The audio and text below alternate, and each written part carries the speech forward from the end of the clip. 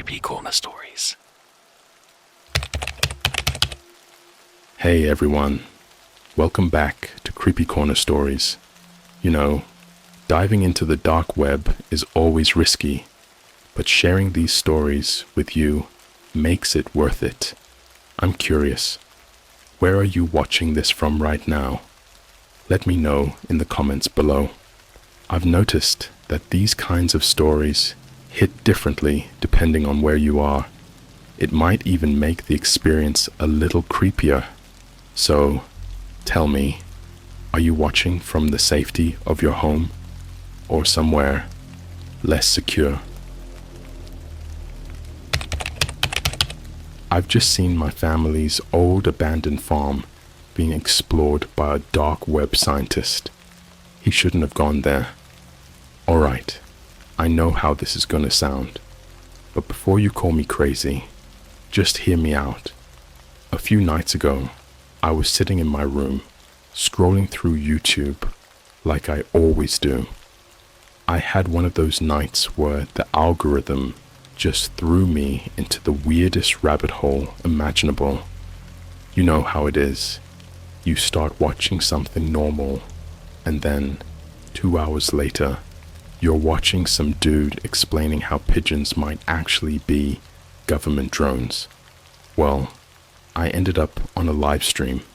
It had like maybe 300 viewers, and the title was in some weird glitchy text that didn't make sense. The thumbnail was just a completely black screen.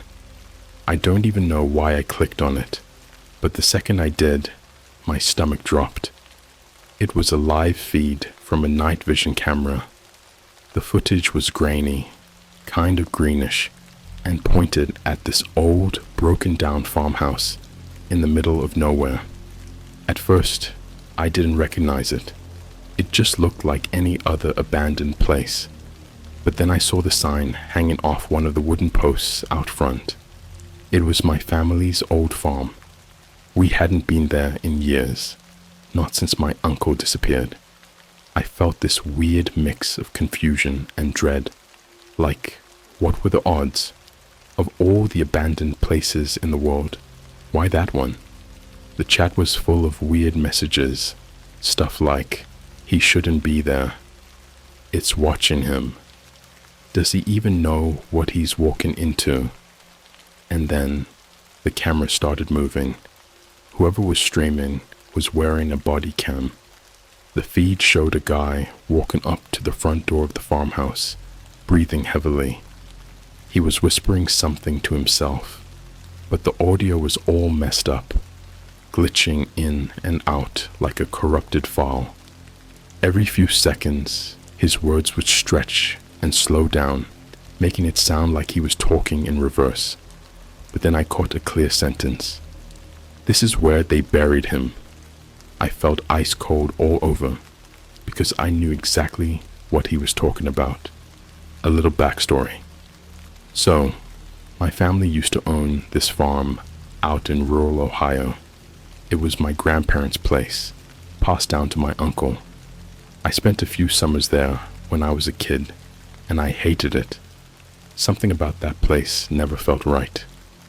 The woods behind the farm always seemed too quiet, like the animals avoided it. The house itself had doors that would lock on their own. At night, you could hear scratching sounds coming from inside the walls, like something was inside them, trying to get out. My uncle used to say it was just mice, but I never believed him. Then, one summer, my uncle went missing. No one ever found a body.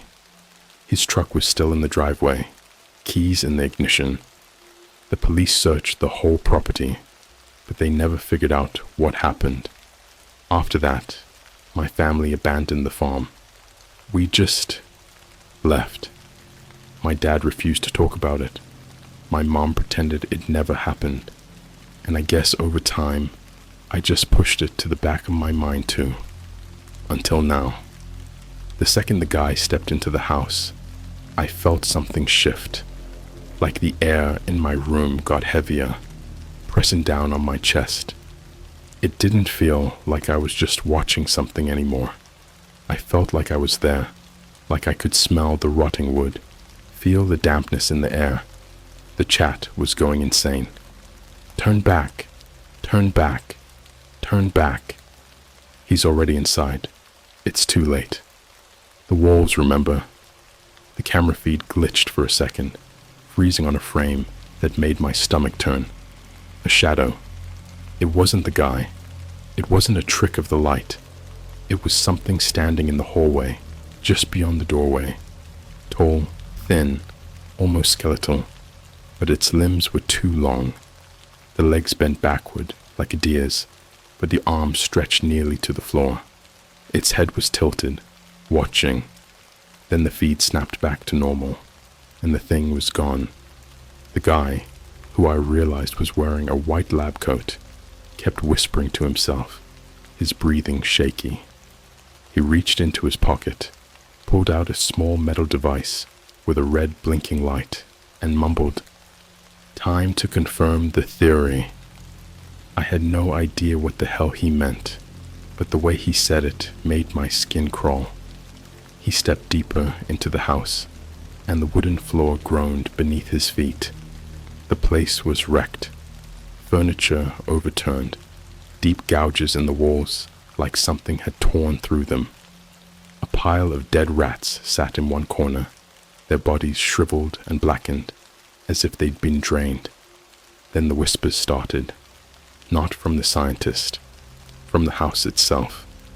They came from inside the walls, layered voices speaking over each other, some laughing, some sobbing, words I couldn't make out. The guy tensed up, turning his head sharply like he heard them too. Then, suddenly, he bolted up the stairs. He wasn't exploring anymore. He was running. The room. The second floor was worse. The wallpaper had peeled away in massive chunks, revealing dark, moldy wood beneath. Some of the doors were nailed shut from the outside. Others had deep scratches gouged into them. From the inside, one of the doors was open. The scientist stopped in front of it, breathing heavily. His gloved hand shook as he reached into his coat and pulled out a syringe filled with thick, black liquid. The chat lost it. "Don't go in!" "Bro, what the hell is that?" "You're not alone." He stepped inside. The room was wrong. I don't know how else to describe it. The floor sloped downward in the middle, like something had pulled it inward. The wallpaper wasn't peeling. It was moving, pulsing like skin. Dark veins spread across the walls, twitching, and then the camera tilted down. There was a hole in the floor. Not a normal hole. This wasn't something that had rotted away over time. It was perfectly round, about 3 feet wide, lined with something wet and black. The edges pulsed, almost like it was breathing, and something was moving inside it. The guy leaned over, shining a small flashlight down into the hole. I wish the feed had cut out right then. I wish my screen had frozen, or my Wi-Fi had gone down, or my laptop had just caught fire before I saw what was down there. Because the second the light hit whatever was inside that hole, the thing moved. A hand, if you can even call it that, reached up. The fingers were long and jagged, the skin stretched too tight over sharp bones. The nails weren't nails. They were teeth, human teeth, embedded in the tips of each finger. It twitched violently, as if it had just woken up, and then, slowly, it turned its head upward. I saw its face, or rather, I saw his face. My uncle, but it wasn't him. The skin was sunken, barely clinging to his skull. His mouth stretched into a permanent grin, but his eyes, they were wrong. Pure black, bulging slightly, like something was pushing from inside his skull, trying to get out. And then he spoke, not in a whisper, not in a growl. but in my own voice. "Why did you leave me down here?" the scientist screamed. He stumbled backward, dropping his flashlight. The camera feed shook violently as he scrambled toward the door. The chat was losing its mind. People were spamming random letters, some straight up logging out. But I couldn't look away, because before he could make it out, the hole expanded. It stretched open, like a mouth widening into a grin. The floorboard split, snapping like brittle bones, and suddenly, the scientist was being dragged backward. Something pulled him. It wasn't my uncle. It wasn't human. I caught a glimpse of it as he thrashed, screaming. A mass of tangled limbs, stitched together like some grotesque experiment. Faces, multiple faces, pressing against the shifting skin, their mouths stretched in silent wails. The hands reached, grasped, dug into him, and then the stream cut out, just static. Aftermath, I sat there, staring at my screen, my heart pounding so hard I thought it was going to burst. The chat was still going, but people were just typing gibberish now, like their brains couldn't process what they just saw. Then, out of nowhere, the live stream vanished. The whole video was gone. No record of it. No channel name. Like it had never existed. I refreshed YouTube. Nothing. I checked my history. Nothing. But just as I was about to close my laptop, I noticed something. A new notification. A message. From an unknown sender. I clicked on it, my hand shaking. It was a video file. I hesitated, every part of me screaming, "Don't open it." But I did. And the second it started playing, my stomach dropped. It was footage of my room, from inside my closet. I'm not alone. I stared at my screen, my breath coming in short, sharp bursts. The video was paused on the first frame. My room. The angle was low, from inside my closet, the slats of the closet door slightly open. A sliver of my bed was visible, the glow of my monitor casting a faint blue light across the sheets. It was time-stamped 3:11 a.m. I hadn't checked the time when I first got the notification, but I knew it was close to that, which meant whoever recorded this had been in my room less than a minute ago, and I hadn't heard a damn thing. I didn't want to press play.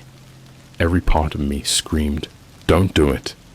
But my hand moved on its own, my finger hovering over the spacebar. I tapped it. The video began. At first, nothing happened, just the stillness of my room, the low hum of my PC fan. But then the camera shifted. Just a slight movement, like whoever was holding it had adjusted their grip.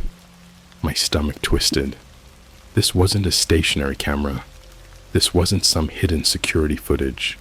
Someone had been in my closet, holding a camera, watching me. The video continued. I saw myself sitting at my desk, exactly how I had been minutes ago, staring at my screen. The faint reflection in my monitor showed my own expression, wide-eyed, frozen in concentration, watching the dark web live stream. I wanted to believe it was fake, a trick, some kind of deepfake bullshit. But then I saw it, a shadow, not in the video, in my room, right now. I felt it before I saw it. Something shifted in the air behind me, the tiniest creak of a floorboard. My mouth went dry. The reflection on my screen caught movement. A dark shape, just beyond the glow of my monitor, standing near the closet. It wasn't moving.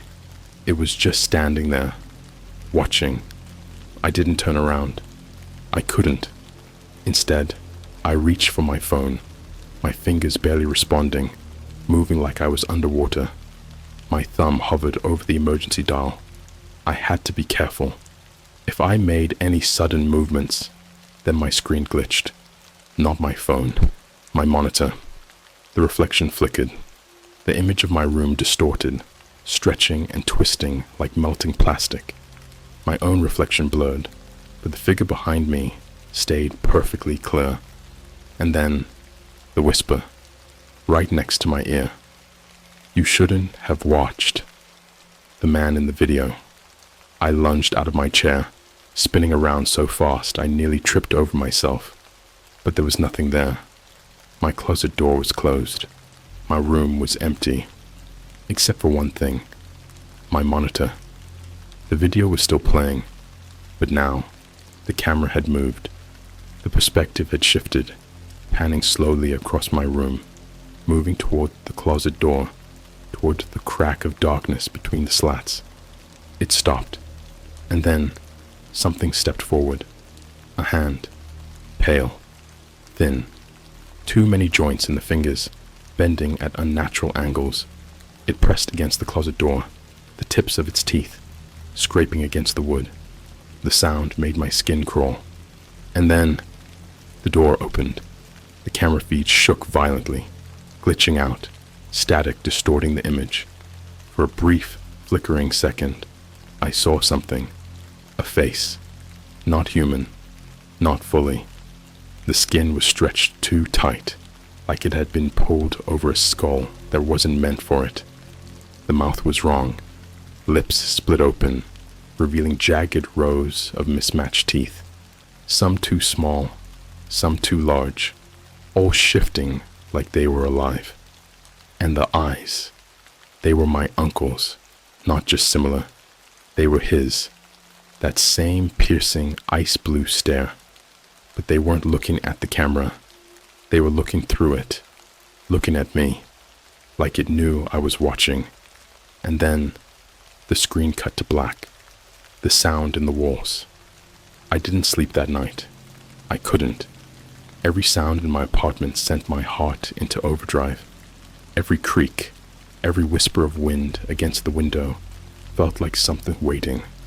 But then, around 4 a.m., I heard it. A scratching. At first, I thought it was my imagination, my nerves playing tricks on me. But then it came again. Faint, rhythmic, not from outside, not from the closet, from inside the walls. I froze. The scratching continued, moving, sliding along the length of the wall, slow and deliberate, like something was dragging its fingers along the wood from the other side. My breath hitched. I pressed my ear to the wall, heart pounding, and then a voice, not a whisper this time, a laugh, low, hollow, guttural. It was coming from inside the wall, and then the voice spoke, not in my uncle's voice, not in the voice from the video. It spoke in mine. "Let me out." I stumbled back, slamming into my desk. My phone slipped from my hand, clattering to the floor. The scratching intensified, growing frantic. The laughter turned into screaming, a horrible, distorted wail that seemed to echo through the entire apartment. Then, silence. Not the kind of silence where everything is still.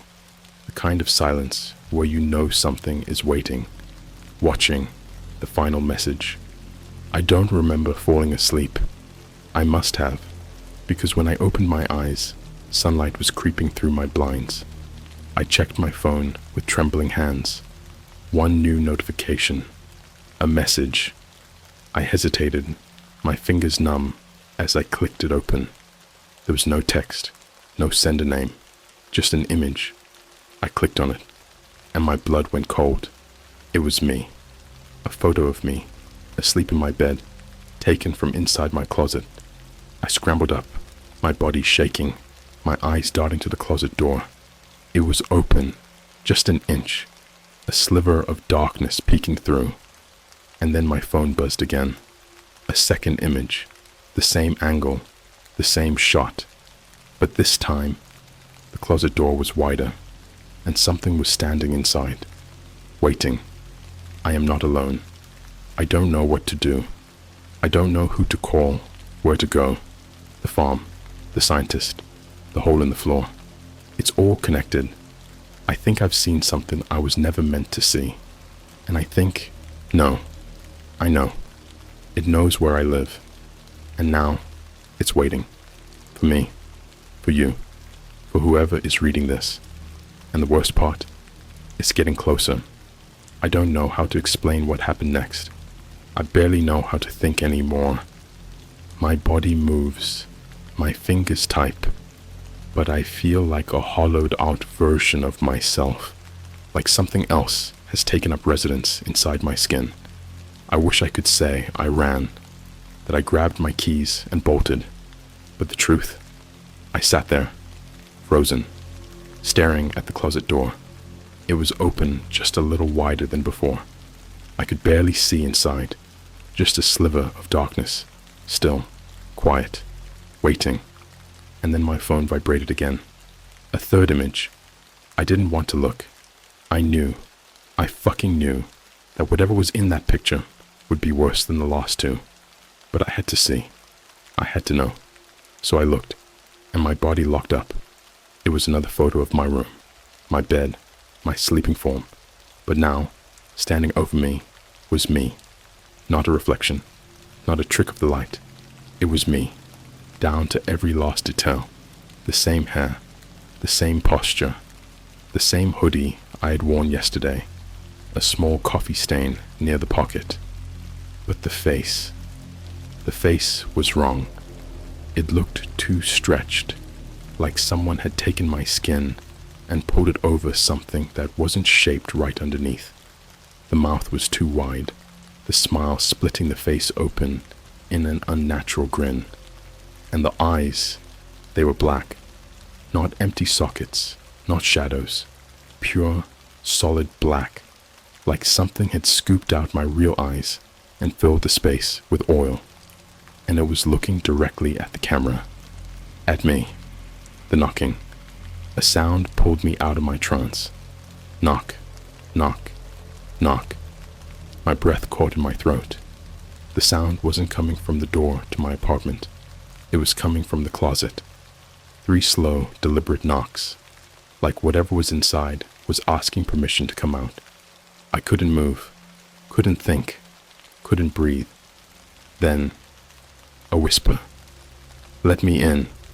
Not from the closet, from behind me. I spun around so fast, I nearly knocked over my chair. My eyes darted to every corner of the room. Nothing. I was alone. But the air felt different. Thicker, like something invisible was right there, standing inches away, breathing against my skin. And then, knock, knock, knock. Louder this time. The closet door shook with the force of it. And then my phone buzzed again. I didn't want to look. I didn't want to look. But I did. One new message. No text. Just another image. I opened it, and my heart stopped. The photo was of my back, taken right now, from inside the closet, and in the reflection of my monitor screen, I saw something crawling out. It came through. I don't remember getting up. I don't remember running. I only remember the feeling of falling. I must have tripped, or maybe it pulled me, because 1 second I was in my chair, and the next I was on the floor, gasping, scrambling backward like a wounded animal. The closet door creaked open, slow, purposeful, and then it stepped out. It looked like me, but it wasn't me. It was too tall, its limbs slightly too long, its fingers stretching and curling like hungry worms. The face still had my features, but the mouth kept changing, twisting, splitting open wider and wider, as if it was testing different shapes. And those black, lifeless eyes, they locked onto mine. I couldn't move. I couldn't scream. Then it spoke, not in a whisper, not in a growl, but in my own fucking voice. You should have stayed asleep. Then it lunged. The chase. I don't know how I moved. Instinct, maybe. Some deep, animal part of my brain taking over. But I ran. I ran harder than I ever have in my life. I bolted out of my apartment, Didn't bother locking the door. Didn't care who saw me. The hallway was too quiet, like the whole building was holding its breath. And then the lights flickered. For a split second, the shadows stretched too far, like something huge was shifting just outside the edge of my vision. I hit the stairwell, slamming my shoulder against the metal railing as I stumbled down. And then a sound, not footsteps, something dragging, a slow, scraping pull, like flesh on concrete. I didn't look. I couldn't. I reached the lobby, bursting through the doors into the freezing night air. My breath came in sharp, ragged gasps, my lungs burning. And then, silence. The streets were empty. No cars, no people, no sound at all. Like the entire world had stopped moving. And then my phone buzzed. One new message. I didn't want to look, but I had to. I clicked it open. A video. The final footage. The video started with static.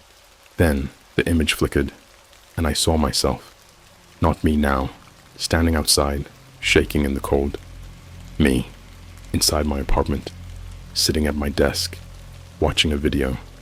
The same way I'd been before all of this started. My mouth went dry.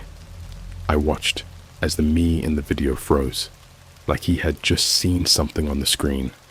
Then, a hand crept into frame, from behind him, slow, deliberate. It reached for his shoulder. I felt my own body go stiff. The hand in the video gripped his shoulder, and then he turned, and the video cut to black. The truth. I don't know what's real anymore. I don't know if I ever left that apartment, if I ever left the farm, if I ever left the hole in the floor, or if I'm just something else wearing my skin now. Because when I look in the mirror, my reflection doesn't blink anymore. I don't know how long I stood there. The city around me was dead. No cars, no wind, no distant hum of life. Just silence. The kind of silence that doesn't feel empty.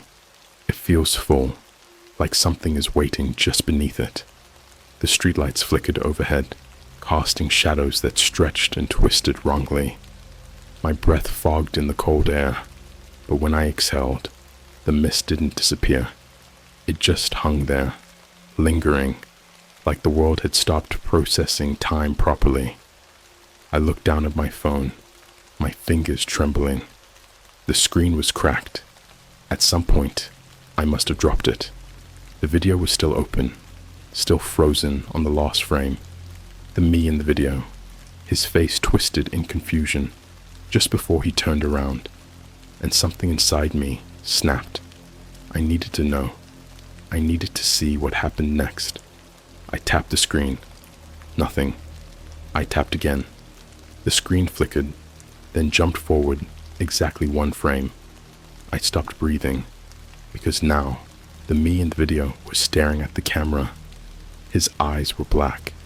His mouth was open too wide, stretching into something that wasn't quite a smile. And his hand was reaching for the screen. I dropped the phone. A knock at the window. I don't remember how I got home. I don't even remember deciding to go home. 1 second, I was in that dead street, staring at my phone like it held the last piece of my sanity. The next, I was standing in front of my apartment door, my keys in my hand. The hallway was dark. Too dark. The usual glow from the exit sign at the end of the hall was gone. The motion sensor lights that should have flicked on when I stepped in stayed off. The air smelled stale, like the inside of an old refrigerator, like something had been left rotting here for years. I hesitated. Then, a sound from inside my apartment. Knock, knock, knock. Not at the door, at my bedroom window. I don't have a fucking balcony. The knock came again, louder, insistent. I wanted to run. I should have, but my body moved on its own. I don't even remember unlocking the door, but suddenly, I was inside.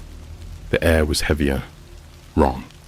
My apartment smelled different, like damp wood and something sour, like breath that had gone bad. Then I heard it, a wet, stretching noise, like something pulling itself free from inside the walls. And then, footsteps, coming from my bedroom, slow, deliberate. I turned the corner and froze. The thing that wore my skin. It was standing in front of the mirror. It had my body, my clothes, even the same cut on my hand from earlier in the day. But the face wasn't mine anymore. It had started changing. The skin was shifting, rippling, as if something underneath was crawling just beneath the surface. The eyes were pure black, glossy like wet stone. The mouth stretched too wide, curling upward at the edges like something had carved it into my skin, and it was staring directly at me. A sound gurgled up from its throat, a noise that started as a laugh, but twisted into something wet and broken, like bones crunching inside meat. Then it spoke, not in my voice, not in my uncle's voice, in all of them, a layered, distorted chorus of whispers and screams and things that should not exist.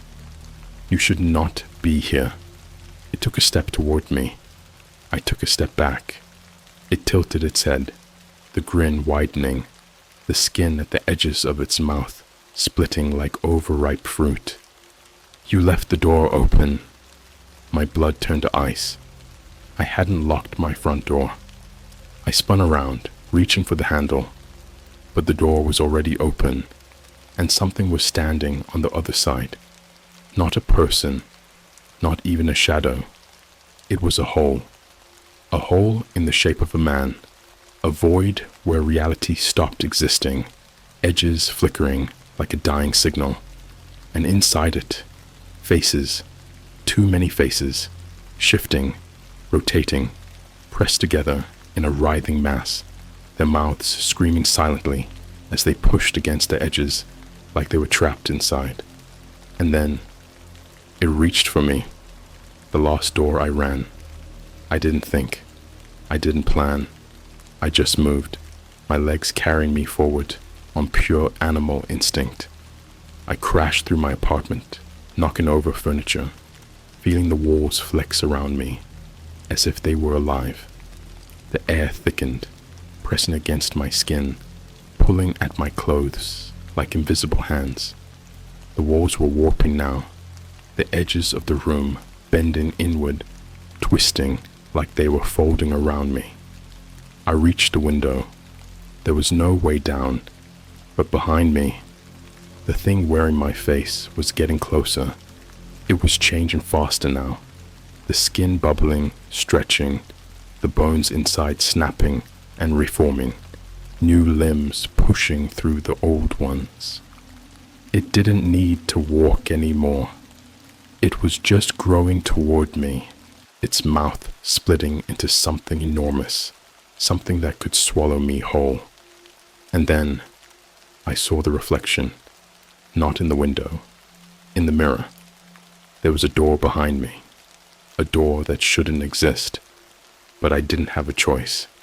The thing lunged, and I threw myself backward, into the mirror, the other side.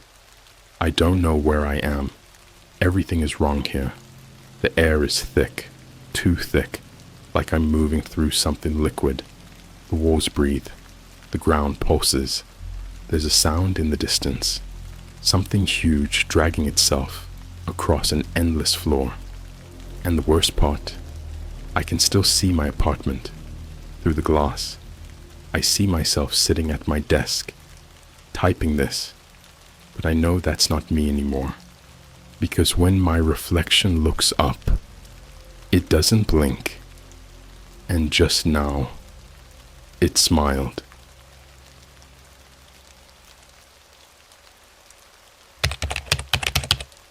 I found a horrifying podcast about a girl named Mary who was born in black and white room, and the scientist didn't let her see colors.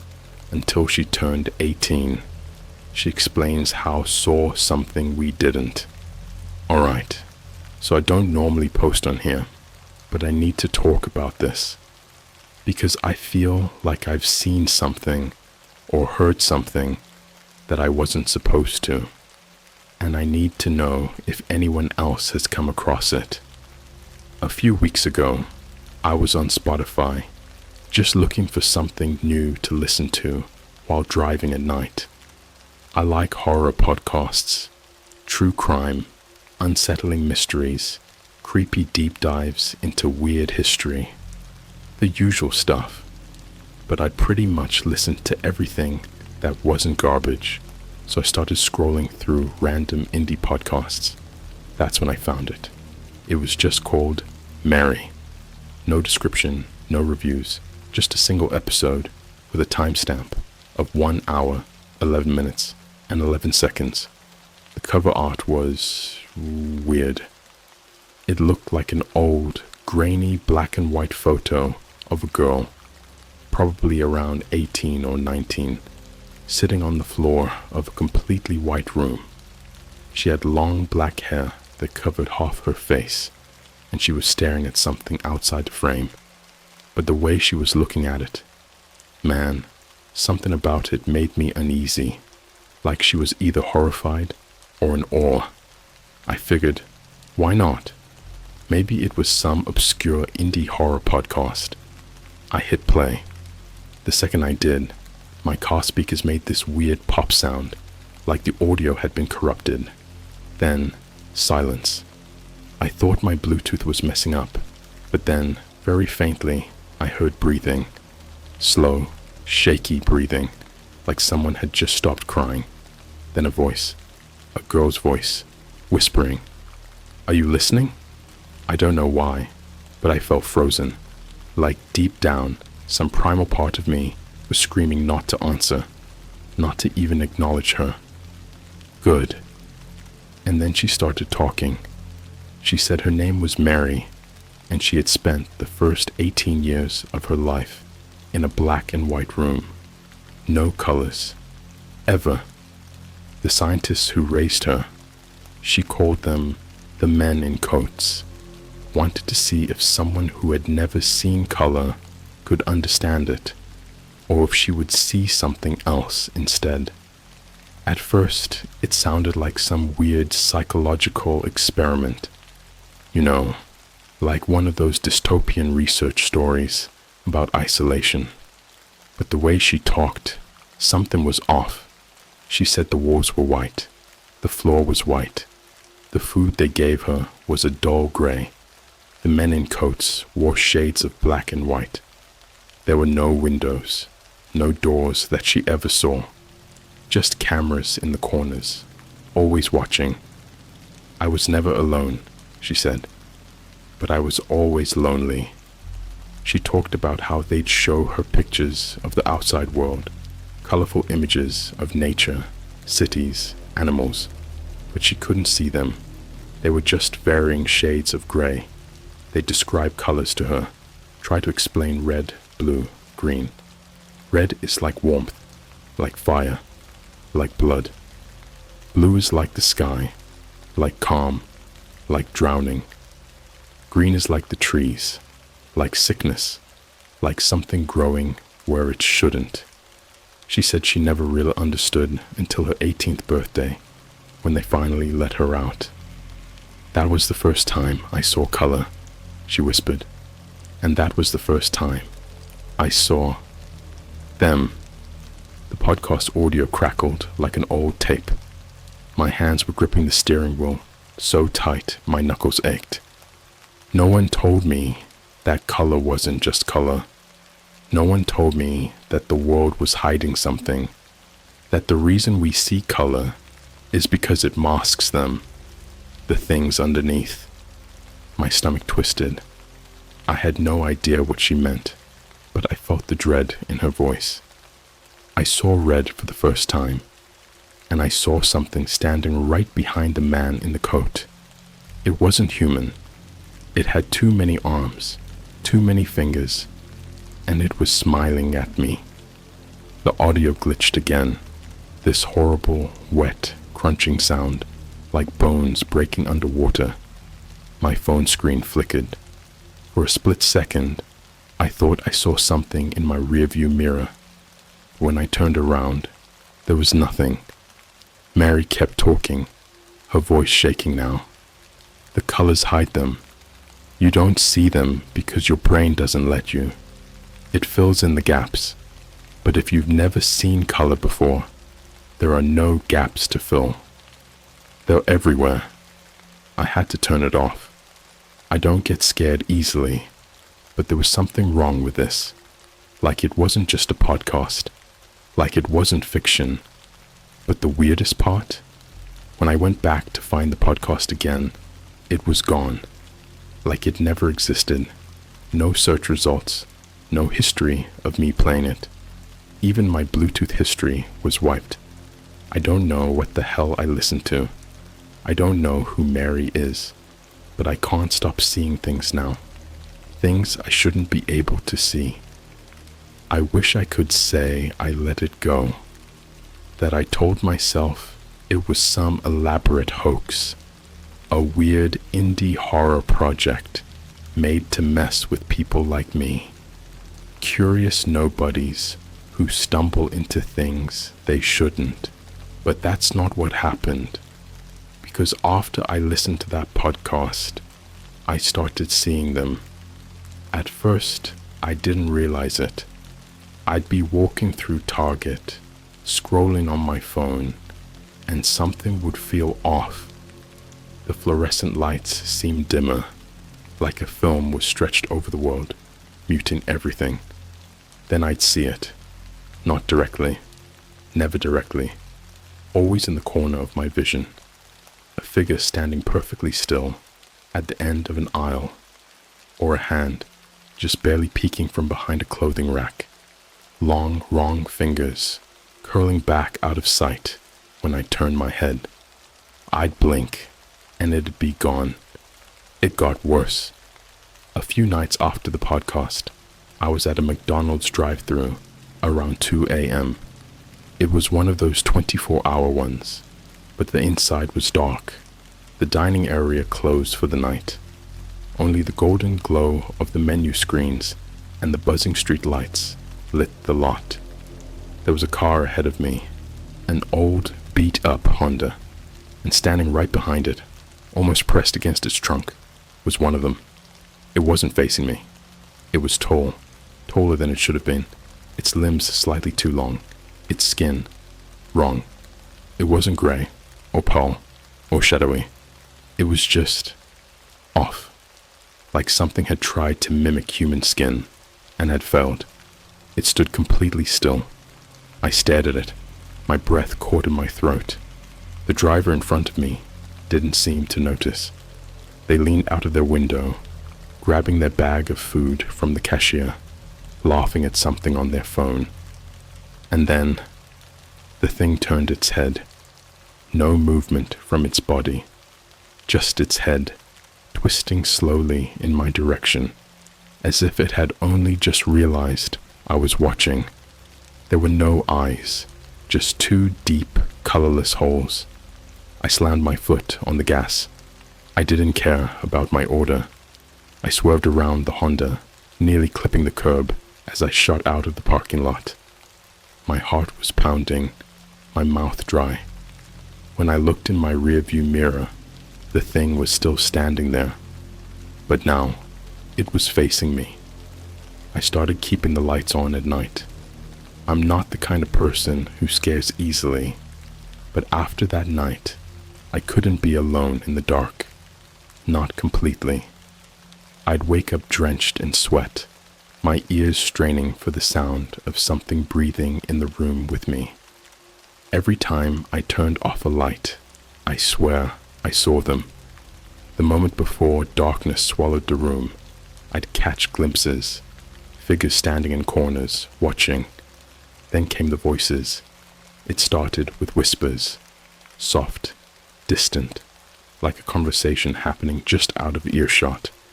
I'd be washing dishes, scrolling on my phone, driving down the freeway, and suddenly Can you hear me?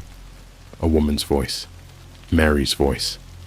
I stopped leaving the house unless I had to. Work, food, gas. That was it. But then something happened that I can't explain. A few nights ago, I woke up to my phone playing the podcast again. Remember how I said it was gone? Erased. No history of it ever existing. Well, there it was, playing from the middle of the episode.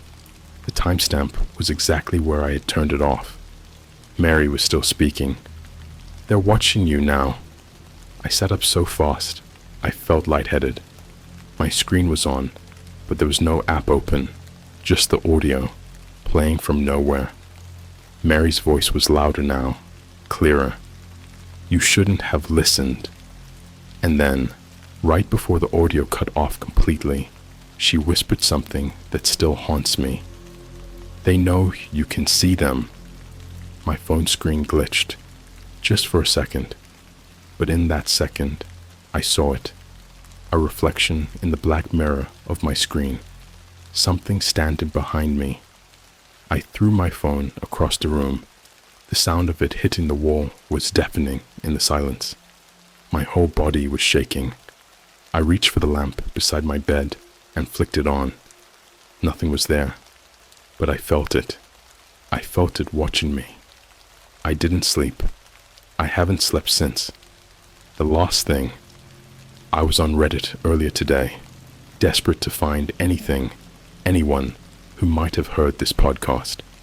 I searched everything I could think of. Mary podcast, black and white room experiment, psychological study on color deprivation. Nothing. Then I checked my messages, and there was one, from a username that was just a long string of random letters and numbers. No profile picture, no posts, no history, just one message, a picture. It was a blurry black and white image of a girl sitting in a white room. Her long dark hair covered half her face, and she was staring at me. I don't know how much longer I can keep this up. It's getting worse. I thought maybe I was just losing my mind, like my brain was playing tricks on me, feeding me nightmares while I was awake. But no, it's real. They're real. And now, I think they want me to see more. The blood that wasn't there. It started yesterday. I was in a Starbucks, trying to pretend my life was normal. I hadn't slept in over 48 hours, and I thought maybe if I just acted like everything was fine, the hallucinations, if that's what they were, would stop. The cafe was busy, filled with the usual hum of people typing, chatting, ordering overpriced coffee. It was comforting, normal. Then I saw her, sitting at a table near the window, wearing the same white dress as in the photo, long black hair covering half her face. Mary. She wasn't looking at me.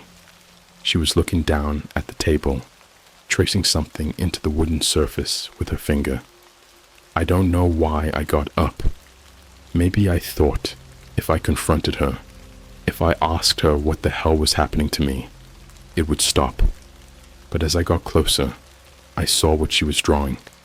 It wasn't a drawing. It was words. And they were written in blood. Look behind you. I didn't turn around. I couldn't. Because as soon as I read those words, I saw something shift in the reflection of the Starbucks window. Something huge. Something standing right behind me. I could see it. Its arms. Its two long fingers twitching at its sides. Its head tilting as if it was studying me.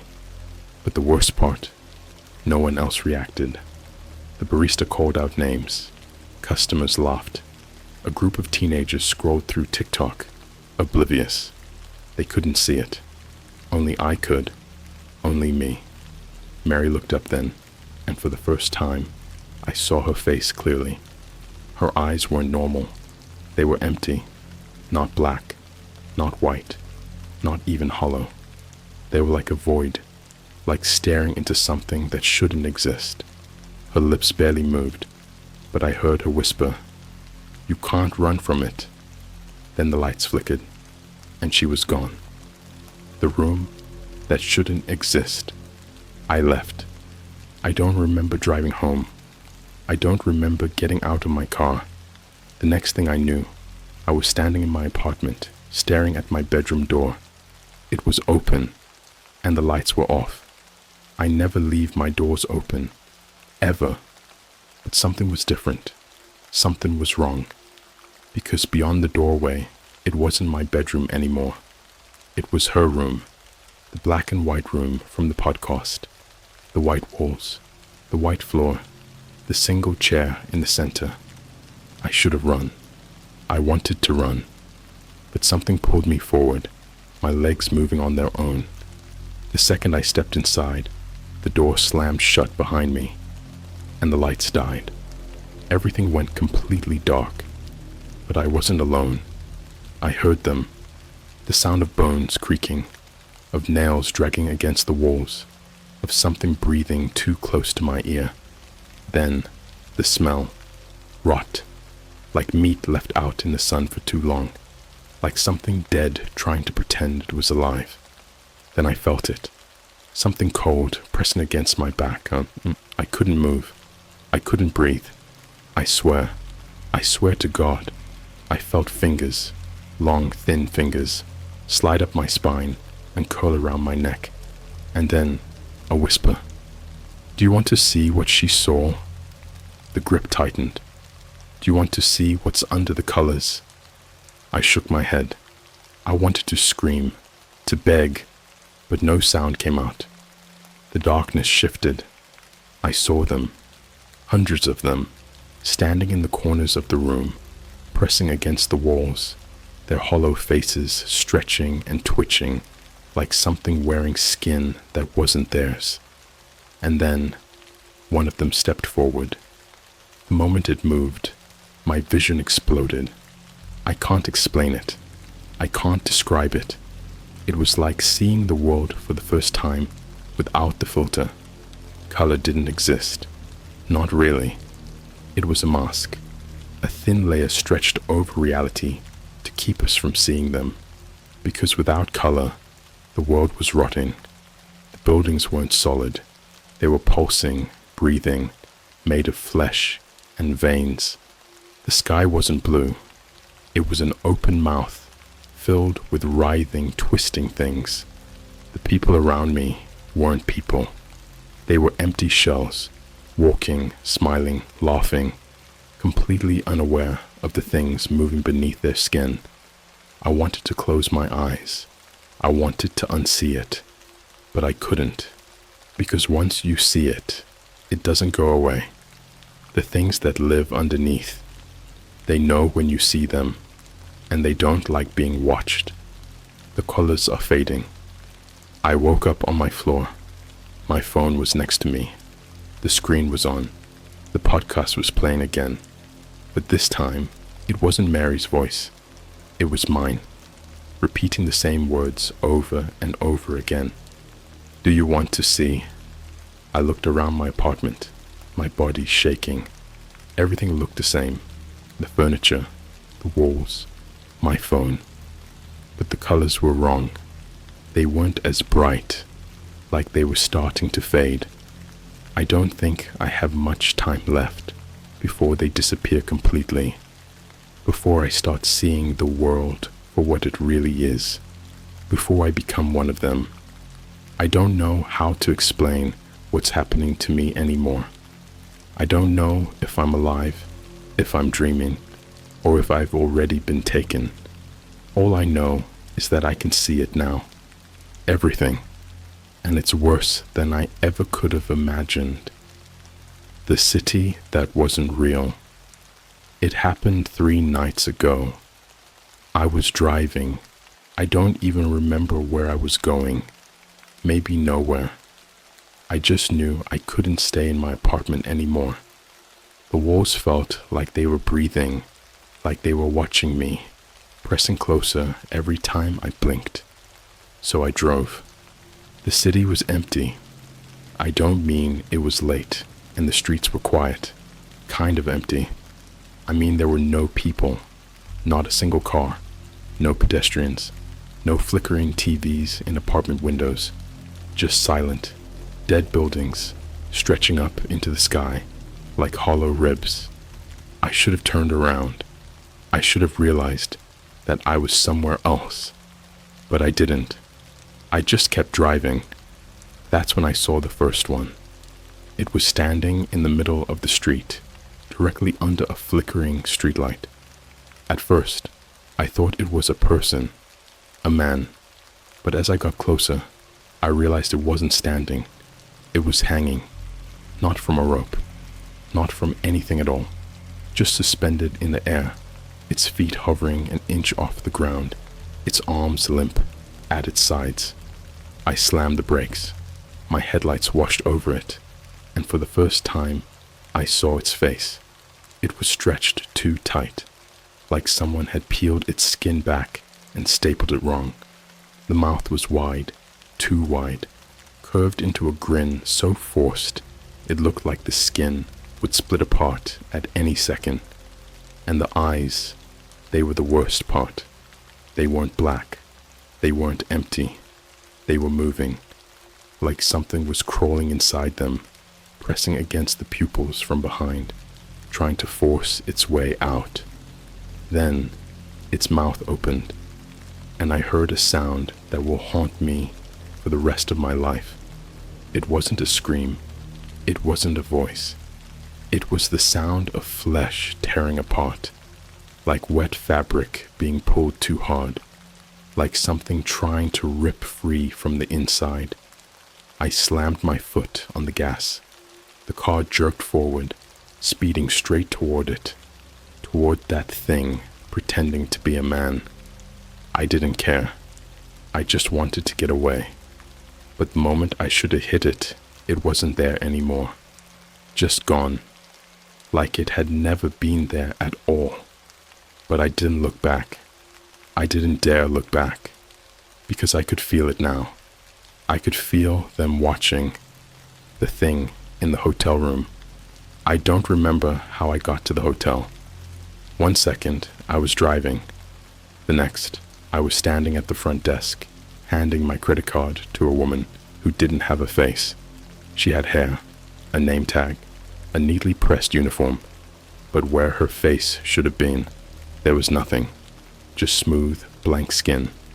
And somehow, that was normal. Somehow, my brain just accepted it.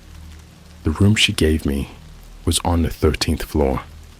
I should have known right then. There's no 13th floor in hotels. They skip it. But this one had one. The hallway leading to my room was too long. Too many doors. Too many shadows pooling under them, stretching out toward my feet. But I kept walking. I don't know why. I don't think I had a choice. Room 1306. The keycard shook in my hands as I swiped it. And when I pushed the door open, I knew. I knew I had just walked into something I wasn't getting out of. The room was wrong. Too big. Too empty. The walls weren't walls. They shifted when I looked at them, like they were made of something that wasn't solid. And in the center of the room, a chair, just like Mary's, just like the one from the black and white room. I couldn't move. I couldn't breathe, because I wasn't alone. There was something sitting in the chair, something wrapped in a sheet. Not a sheet, a shroud. Thin, white fabric, soaked through with something dark, something that spread across the floor in thick, vein-like patterns. I wanted to run. I wanted to wake up. But then, it moved. The fabric stretched, shifted, and then it laughed. Not human, not real. A sound that made my stomach clench and my vision blur, like metal scraping against bone, like something trying to speak without lungs. The fabric peeled back, and for the first time, I saw one of them fully, not in glimpses, not in reflections, but right in front of me. And I understood. I understood what Mary saw. I understood why they kept her locked away. Because the moment you see them, really see them, they take you. And I was already gone. The lost transmission. I woke up in my car, parked in front of my apartment. My phone was in my lap. The screen was on. It was recording. A voice memo. 1 hour, 11 minutes, and 11 seconds long. I pressed play, and I heard my own voice. But it wasn't me. Not really. It was something else. Something that had been inside me, speaking through my mouth, using my voice like a puppet. And it said one thing, over and over. Pass it on. Pass it on. Pass it on. I deleted the file. Or at least I tried to. But it wouldn't go away. It just sat there, waiting. Like it knew. Like it was watching. Like it was waiting for me to finally understand. I know what comes. Next. Mary was never the first. She was just the first to speak. The first to try and warn us. But there have been others. And now I'm one of them. I can see them. I can hear them. And soon, so will you. Because you read this. Because now they know your name. Because now you can't look away. Because now it's your turn. I don't know if these are my last words.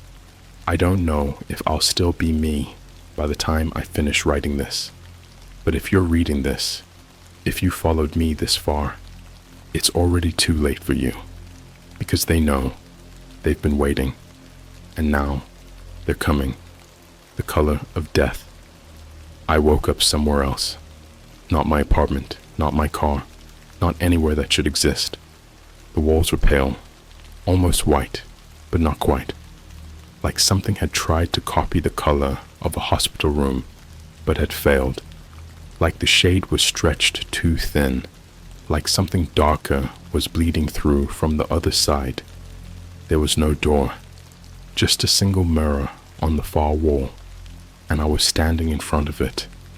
At first, I thought I was alone, but then I noticed the other reflection, not behind me, inside the mirror. It wasn't a person, it wasn't me.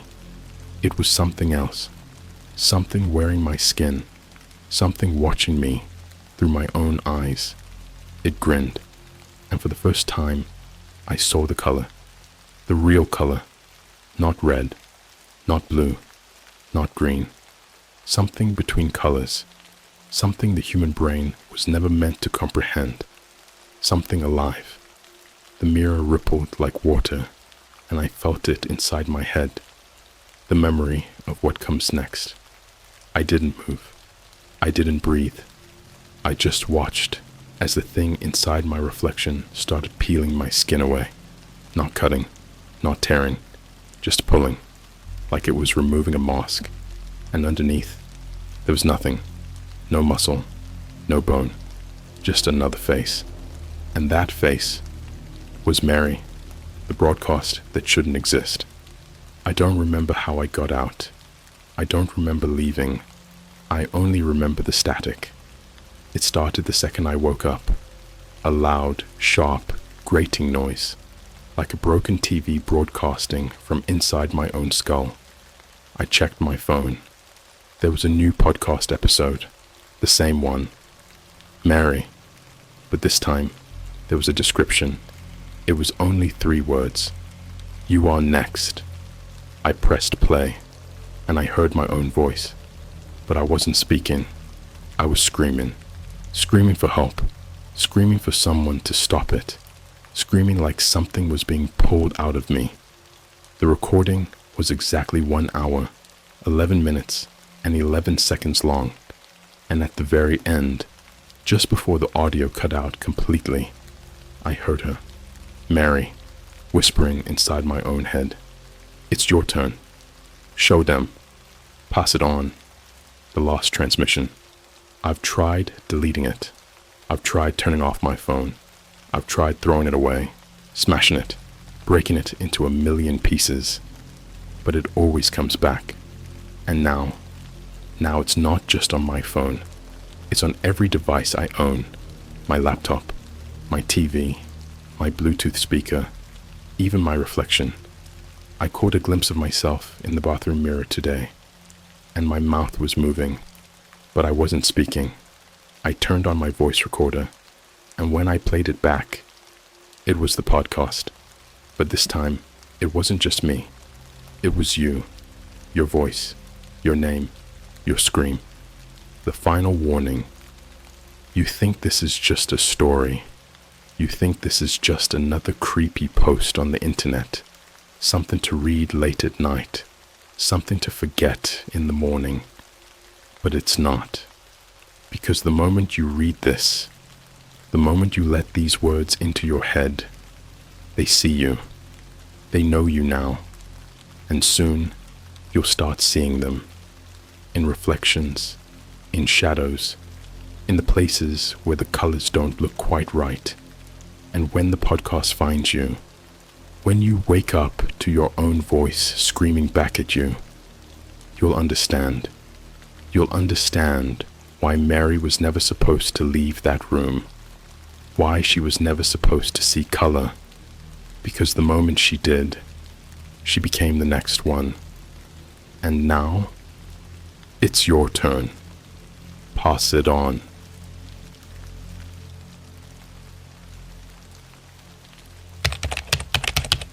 I found a job on the dark web working at a secret hospital that serves patients with unusual conditions that have to stay secret. I almost died on the job. Let me tell you something about desperation. I don't mean the kind where you're late on rent or you have to ask your parents for money. I'm talking about the kind of desperation where you start to wonder if dying would be less painful than living, where you look at your own reflection and feel nothing, not fear, not sadness, not even anger, just a hollow, empty void that tells you you could disappear tomorrow and nothing would change. That's where I was when I took the job. I had nothing, no family, no friends, no future. I dropped out of college because my debt was so deep I could feel it dragging me into the grave. My fridge had nothing but expired condiments and tap water. I was living in a roach-infested studio apartment in a city where people got stabbed over parking spaces. And the worst part? I didn't care anymore. I had been job hunting for months, scraping together pennies from shitty gig apps, selling what little I had left on Facebook Marketplace. But it was never enough. And when you're that deep in the hole, you start looking for alternative ways to make money.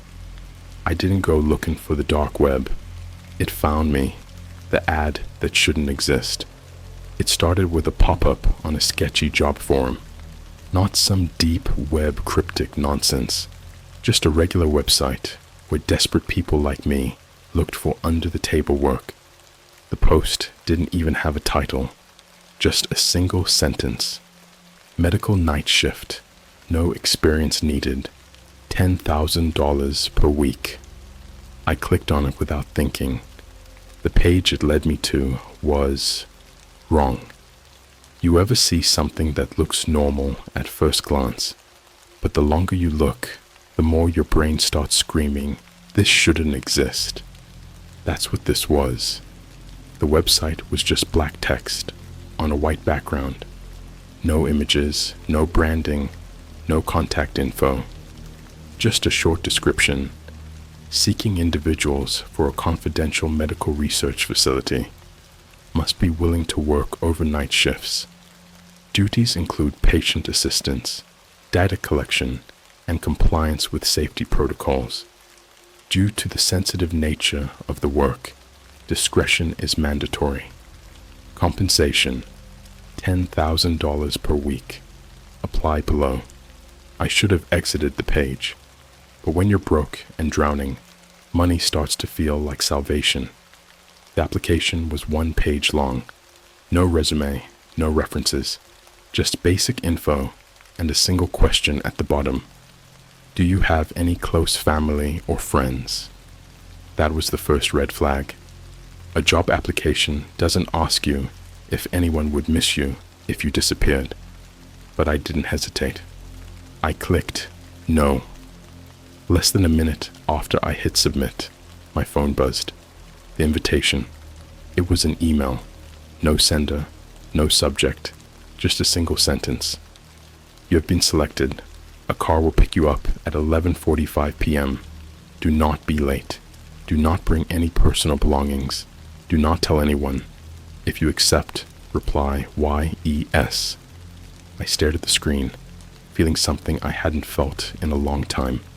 Fear. This was wrong. So wrong. But $10,000 a week wasn't just good money.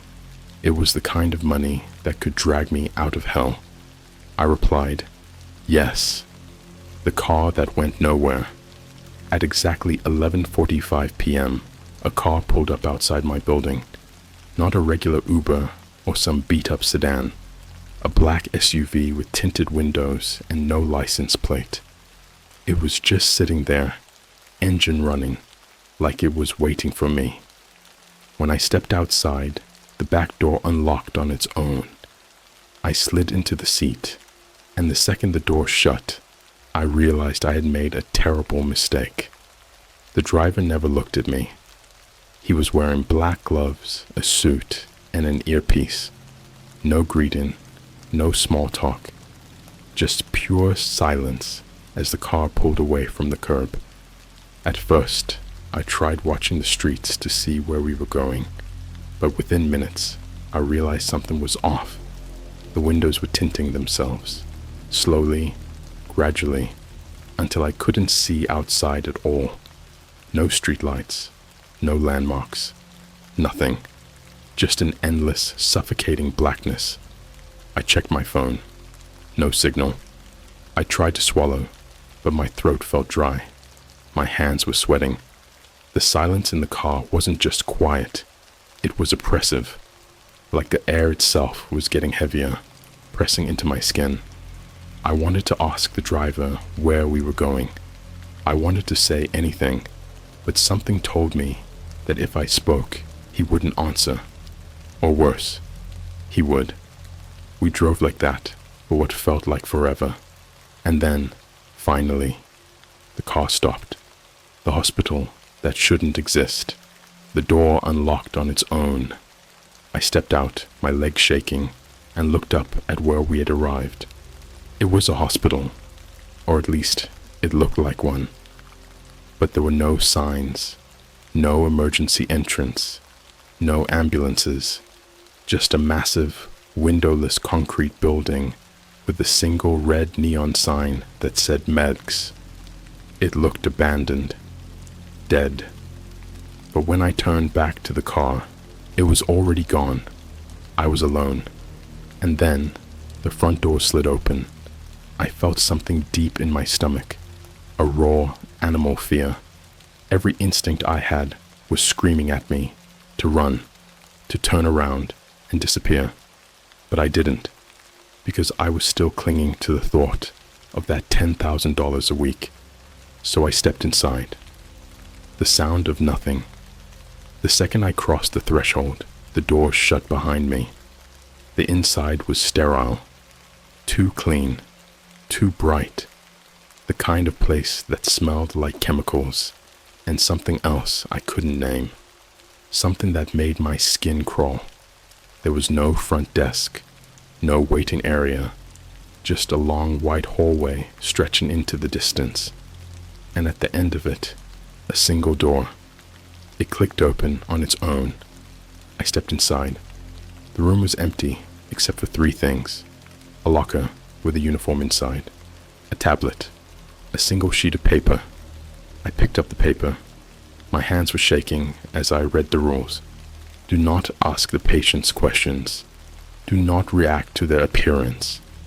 If a patient speaks in a language you do not understand, leave the room immediately.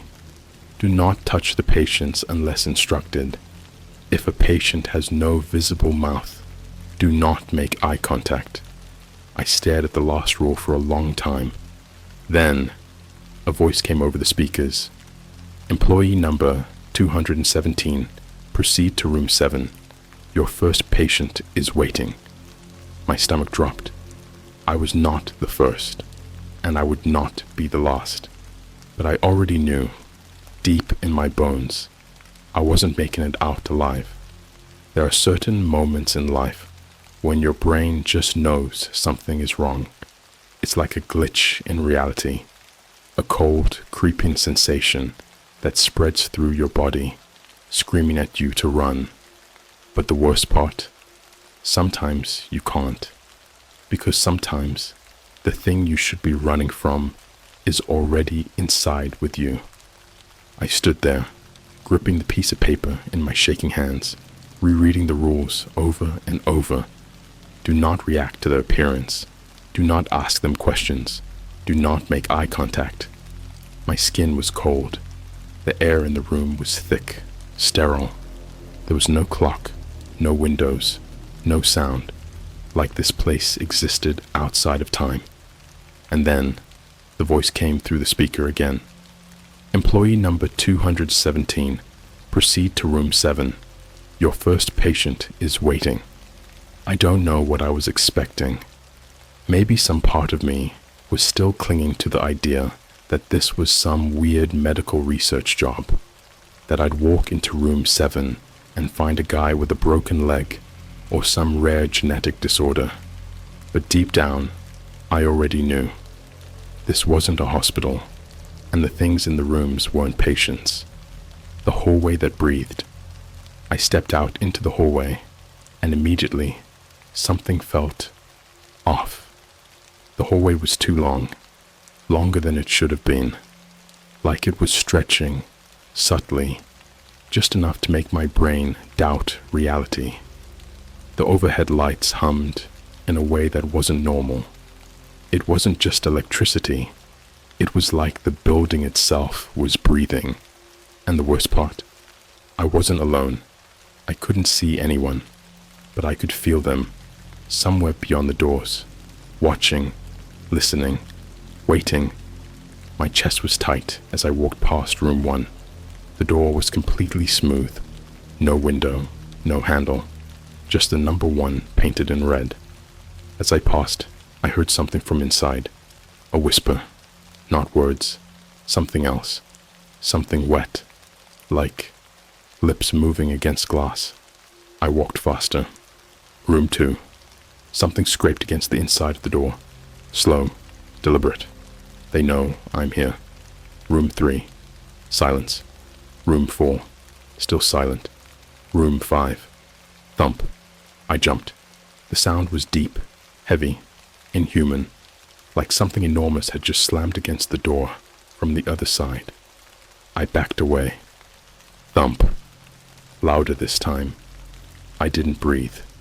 I didn't move. My entire body locked up as I stared at the door, waiting for something, anything, to happen. But after a few seconds, nothing. I turned and kept walking. Room 6.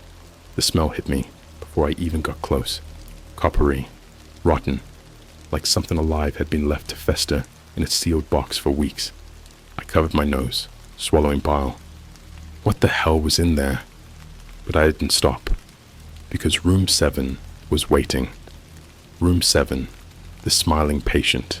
The second I touched the door handle, I felt it. Cold. Not just temperature cold, wrong cold. Like touching metal that had been buried deep underground, untouched by human hands for centuries. I swallowed hard and pushed the door open. The room was small. White walls, a single hospital bed, a metal tray with medical instruments, a security camera in the corner, red light blinking, and sitting on the bed was a man, except he wasn't. At first glance, he looked human, pale, bald, wearing a hospital gown. But then I saw his arms. They were too long. The proportions were wrong. The fingers were so thin, they looked like bone wrapped in skin. And his nails, yellow, cracked, too sharp. He was smiling, but he had no lips, just a row of exposed yellow teeth stretching across his face in a permanent grin. And his eyes, there were no eyes, just deep black holes in his skull. My body locked up. My lungs stopped working. Every part of me was screaming, "Do not move. Do not speak." And then his head snapped toward me. "You shouldn't be here," he said. His voice was wet, thick, like it was coming from somewhere deep inside him. I took a step back, heart slamming against my ribs. His smile widened. "But since you are..." His head tilted, his neck cracking. "Why don't you stay?" The door that didn't exist. I moved before I even thought about it. I turned and ran. My hand slammed against the door handle. It didn't move. It wasn't locked. It was just gone, like it had never existed. I spun around, chest heaving, eyes darting back to the bed. The man was still sitting there, still smiling, but now he was standing. His feet weren't touching the floor. My vision blurred. My head felt wrong, like the air was turning to thick, heavy liquid, pressing into my skull. The lights flickered, and for the briefest second, I wasn't in a hospital room anymore. I was somewhere else, somewhere dark, somewhere alive. Something moved in the blackness. Many things. They were watching me. And then I was back. The hospital room. The man. His smile was wider now, and he was closer. My chest collapsed in on itself. My veins were burning, my head screaming. The door was gone. The room was shrinking, and I knew if he touched me, I wouldn't be me anymore. So I did the only thing I could. I closed my eyes, and I prayed. The last thing I heard before everything went black was his laughter. Have you ever felt your soul leave your body? Not in a poetic way. Not in the, I had a near-death experience kind of way. I mean literally, like something ripped your consciousness out of your flesh, leaving you as nothing more than a raw, exposed nerve floating in a space where time doesn't exist. That's what happened when I closed my eyes in room 7. And what I saw should not exist. The black place. The second my eyelids shut, the room disappeared. No walls, no floor, no ceiling. Just an endless, living blackness. It wasn't empty. I could feel them. Thousands, millions, crawling beneath the surface, pressing against the dark like maggots beneath rotten skin. And they were waiting for me. Something moved in the distance. A shape. A figure. It wasn't walking toward me. It was gliding, dragging. And as it got closer, I realized it had my face. I couldn't scream. I had no mouth, no lungs. I was just an observer, trapped in a place that wasn't real, but also too real. And then the figure opened its eyes. But they weren't my eyes. They were holes, deep, empty holes that weren't filled with darkness. They were the absence of existence itself. And the second they locked onto me, I felt something cold wrap around my ankles. I was being pulled down into the wriggling mass beneath me. I thrashed. I tried to fight, but I had no body, no limbs, just a mind sinking into the filth. And just before I was swallowed whole, I woke up. The wrong reality. I was on the floor. My hands were shaking so hard, I thought my bones would snap. The hospital room was still there. The walls, the bed, the security camera, and the patient. He was standing over me. His grin was so wide now that his skin had split at the corners. Deep red gashes ran from his mouth to his ears, dripping something black and thick like tar.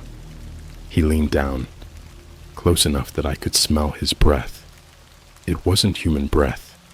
It smelled like meat left in the sun for too long, like something rotting from the inside.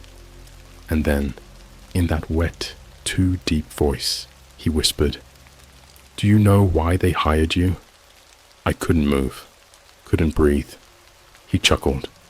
The sound was wrong, like bones rattling inside a hollow chest.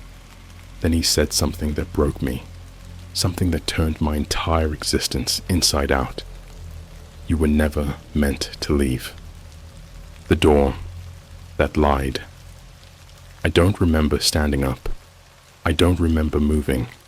I just remember running. I slammed into the door so hard I thought my shoulder would break. And this time, it opened.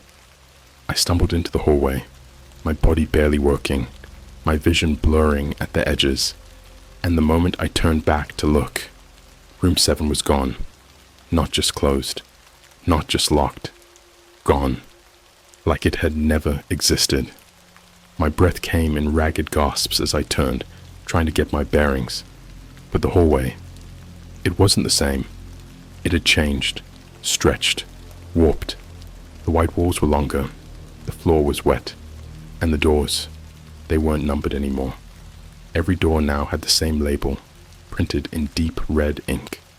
Room 7, the sound of meat moving. I ran. I didn't care where. I didn't care if I was going in circles. I just ran. And as I did, the air grew thicker. The walls seemed to pulse. And behind me, I heard them. Things. Moving. Not footsteps. Something worse. Like meat sliding against metal. Like bodies being dragged by unseen hands. And with every second, the sound grew closer. I turned a corner, and the floor wasn't floor anymore. It was flesh. It was breathing. Something warm and wet pushed up from beneath the surface, writhing, moving.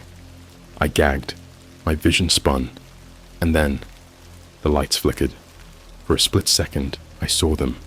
Not just one. Hundreds. Thousands. Standing in the hallway. Smiling. Their heads tilted at the same unnatural angle, their teeth exposed in that horrible, lipless grin. And then, they all stepped toward me. At the same time, the thing that saved me. I didn't have a choice. I ran straight ahead. I didn't care where it led.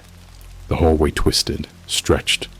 The walls were pulsing now, wet with something that wasn't water. I was gagging, sobbing, shaking, losing my mind. And then, a door. A real door. With a handle. I didn't think. I just ripped it open and threw myself inside. And then, silence. The empty room. I was in a small, dark space. Not a hospital room. Not a hallway. Just black walls. And a single mirror. I turned. And my reflection wasn't me.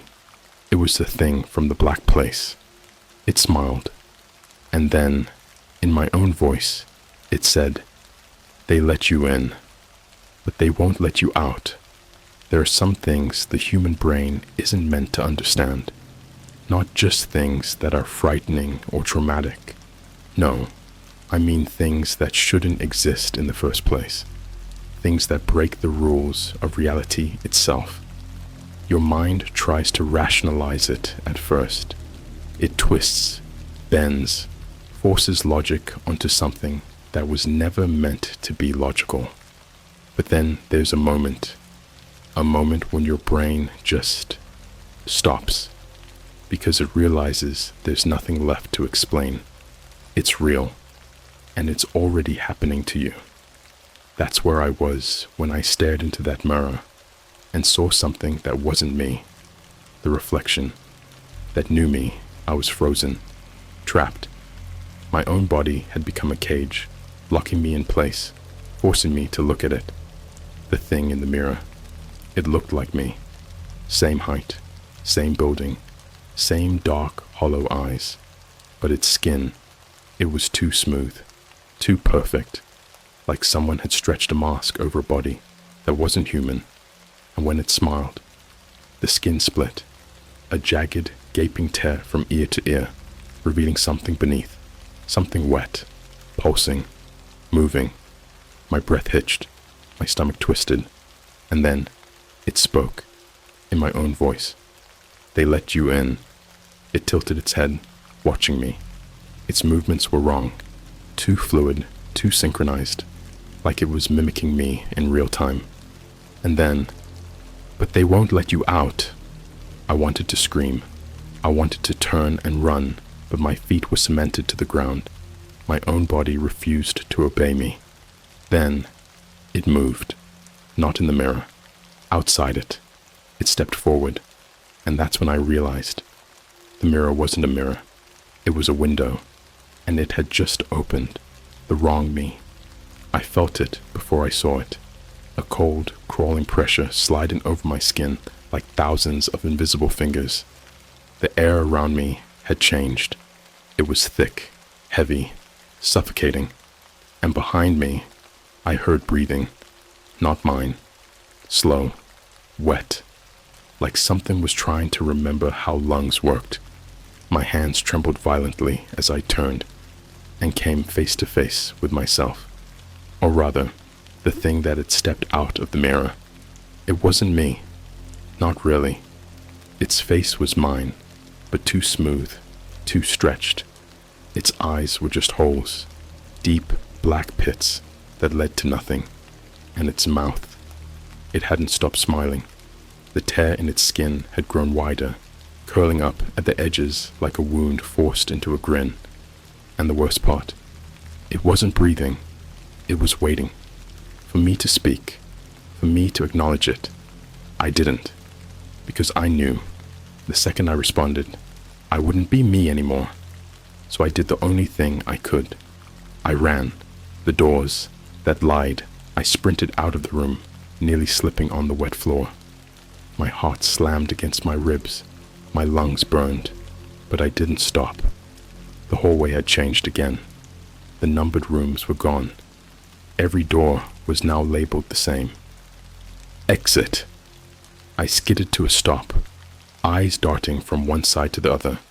Dozens, hundreds. Every door said, exit. I knew it was a trick. I knew none of them were real, but I didn't care anymore. I grabbed the nearest handle and threw it open, and immediately I regretted it. The meat room, the smell hit me first.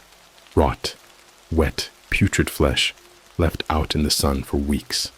I gagged, stumbling backward, my head spinning, but before I could react, something moved inside. The room was dark, but I saw them, hanging from the ceiling. Dozens, hundreds, human bodies, not corpses. Number. They were still alive. They weren't breathing, but they were moving. Their skin was stretched too tight over their bones. Their mouths were open in silent screams. And their eyes were gone. Empty, black sockets weeping something thick and red. I slammed the door shut. I turned, and the hallway had changed again.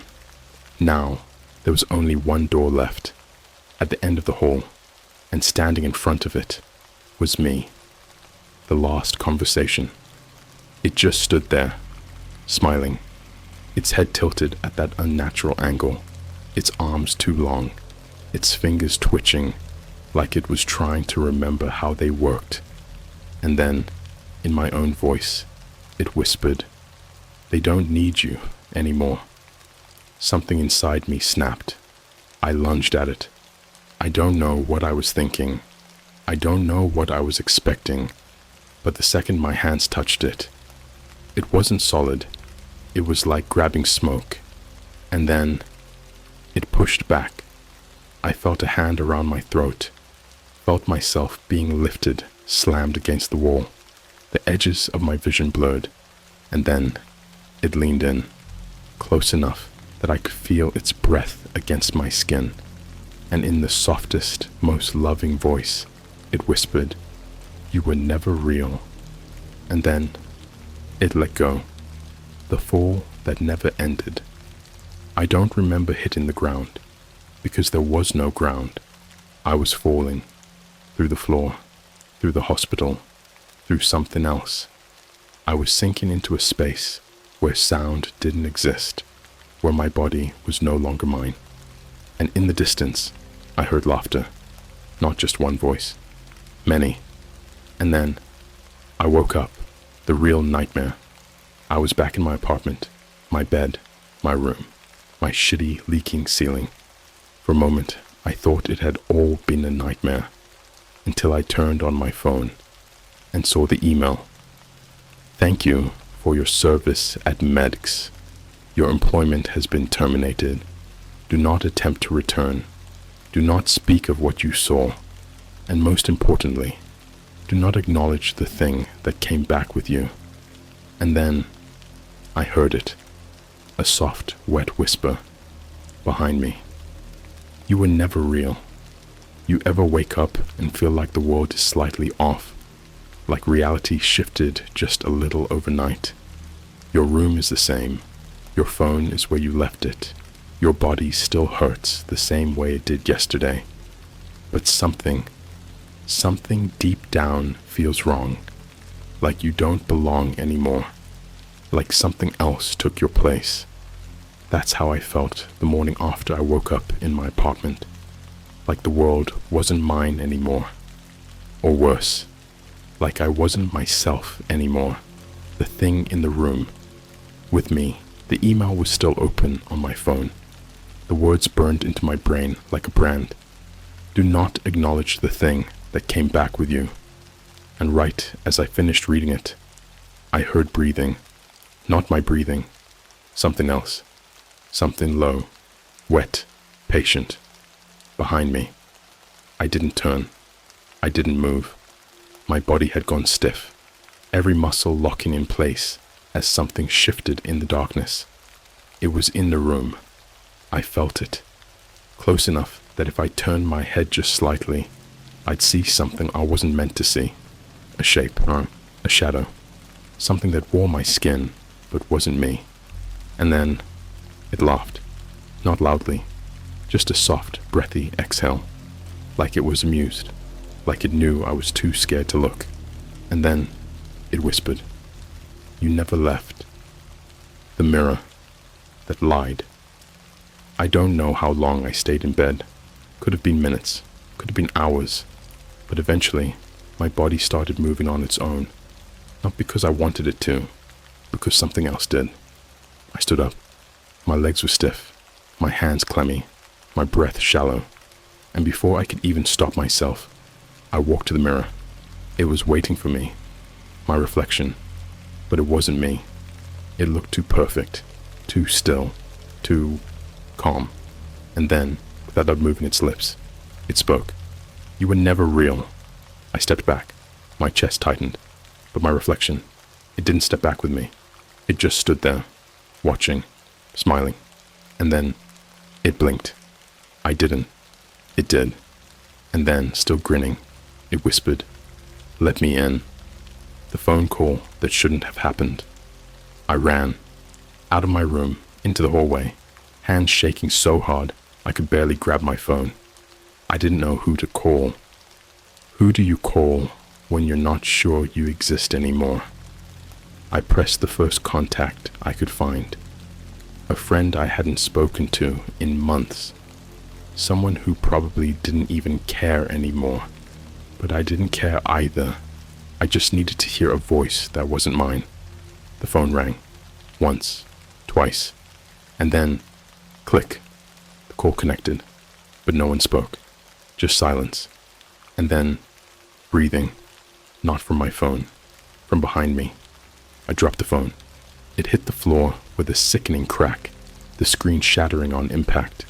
But I didn't pick it up, because something was breathing against my neck. Slow. Deep. Wrong. And then, in my own voice, it whispered, they let me in. The thing that took my life. I don't remember what happened next. Not fully. I remember running. I remember grabbing my keys, throwing open the door to my apartment, sprinting down the hallway. I remember the elevator being too slow. I remember taking the stairs, my bare feet slapping against the cold cement. my breath ragged, my chest on fire. And when I finally made it outside, the city was wrong. The streets were empty. The sky was too dark, like the sun had never existed. And worst of all, there were no sounds, no cars, no birds, nothing. Like the world had stopped existing the moment I left my apartment. And then, as I stood there, shaking, eyes darting across the dead, silent city, I saw myself, across the street, standing under a flickering streetlight, watching, grinning, waiting, and then it raised its hand and waved the final realization. I didn't go back inside. I didn't move, because I finally understood. I never left the hospital. I never escaped.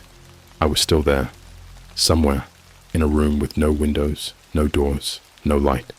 And whatever had taken my place, it was living my life, wearing my skin, answering my phone, going to my job, pretending to be me. And the worst part, no one noticed. No one ever would, because I was never real. I was never real. I was never real. I was never real. And now, neither are you.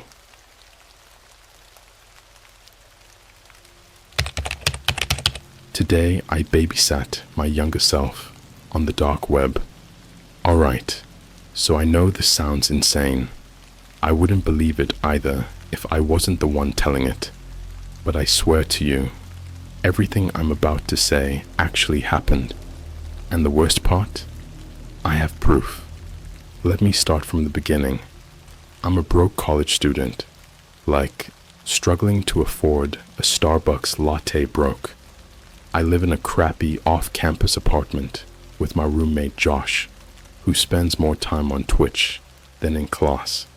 We're both always looking for easy ways to make extra cash, which is why I started messing around on freelance job sites. You'd be surprised how many weird, sketchy gigs are out there. One night, I was scrolling through a site called Silent Tasks, which is basically Craigslist for the deep web. I know, the deep web is shady as hell. But if you avoid the illegal stuff, you can actually find decent under-the-table jobs. Stuff like writing essays, designing logos, even beta testing weird software. That's when I found the listing. It was simple. Just a title. Babysitter needed for short-term task. $1,500 per hour. I laughed when I saw it. Obviously a scam, right? But I was curious, so I clicked. The description was odd. Looking for a responsible individual to supervise a child for a short period of time. No experience needed. Must follow instructions exactly. Must be willing to work remotely. $1,500 per hour. Payment in Bitcoin. There was no contact info, just a button that said apply. Now listen, I'm not that stupid. I knew this screamed red flag. But $1,500 an hour, even if it was fake, I figured the worst that could happen was they'd ask for my PayPal and try to scam me. I decided to mess around and apply. I filled out some basic info. Name, age, I lied and said 27, and a throwaway email. Less than a minute later, my phone buzzed. New email. Congratulations, you've been selected. That was fast. The email had no sender name, just a weird string of numbers. It contained a single link and one line of text. Click below to begin your session. At this point, any normal person would have noped out. But me, I was an idiot, and I was broke. I clicked. My screen glitched for a second, and then a new web page loaded. It looked like an old school chat room. Black background, neon green text. At the top, a timer appeared, counting down from 0, 0, 10, 0, 0. Then, the chat filled with a single message. Session beginning. Please confirm visual. Suddenly my webcam light flicked on. I panicked and slammed my laptop shut. My heart was pounding. What the hell did I just click on? After a minute, I lifted the screen again. The webcam light was off. The chat updated. Visual confirmed. Beginning session. And then the screen changed. A grainy video feed appeared. It was a live security camera feed of a small, dimly lit bedroom. And sitting on the bed, staring directly at the camera, was me. Not me now. Me as a kid, maybe 6 or 7 years old, wearing my favorite old Spider-Man pajamas, clutching a stuffed dinosaur I hadn't seen in over a decade. I couldn't breathe. I stared at the screen, waiting for some sign that this was fake. But the kid on the feed was real. He blinked. He shifted uncomfortably. He looked scared. Then another message appeared in the chat. Babysitting session has begun. Do not let the child leave the room. I sat there frozen. My mind was racing. This had to be a deepfake, right? Some kind of AI trick. Maybe someone had hacked an old home video of me. But then, little me looked up, straight into the camera, and whispered, "Please don't let him in." And right on cue, the doorknob behind him started to turn. The doorknob twisted slowly, not fast, not like someone was trying to force their way in. It was slow, deliberate, like whoever was on the other side wanted us to know they were there. I couldn't move. My fingers were clenched so tight around my laptop, I thought I might snap the screen in half. The little version of me on the feed sat frozen too, his tiny fingers digging into his stuffed dinosaur. Then came the sound, a low, wet, dragging noise, like something heavy being pulled across the floor. Not footsteps, something else. It got louder, closer. The kid looked straight into the camera again, eyes wide with terror. His lips barely moved as he whispered, "You have to stop it." The chat updated. Do not let the child leave the room. Do not acknowledge anyone at the door. I had no idea what to do. I wanted to close the laptop, to throw it across the room and pretend I'd never seen this. But I couldn't, because somehow I knew this was real. The dragging sound stopped. Silence. The doorknob stopped turning. For a long time, nothing happened. The kid stared at the door, barely breathing. I could feel my own breath hitching in my throat. Then, knock, knock, knock. 3 knocks. Software. Too soft. And then, a voice. A voice I hadn't heard in years. "Let me in, buddy." I felt my stomach drop. I knew that voice. It was my dad's. Or at least, it sounded like him. But it wasn't. I don't know how I knew.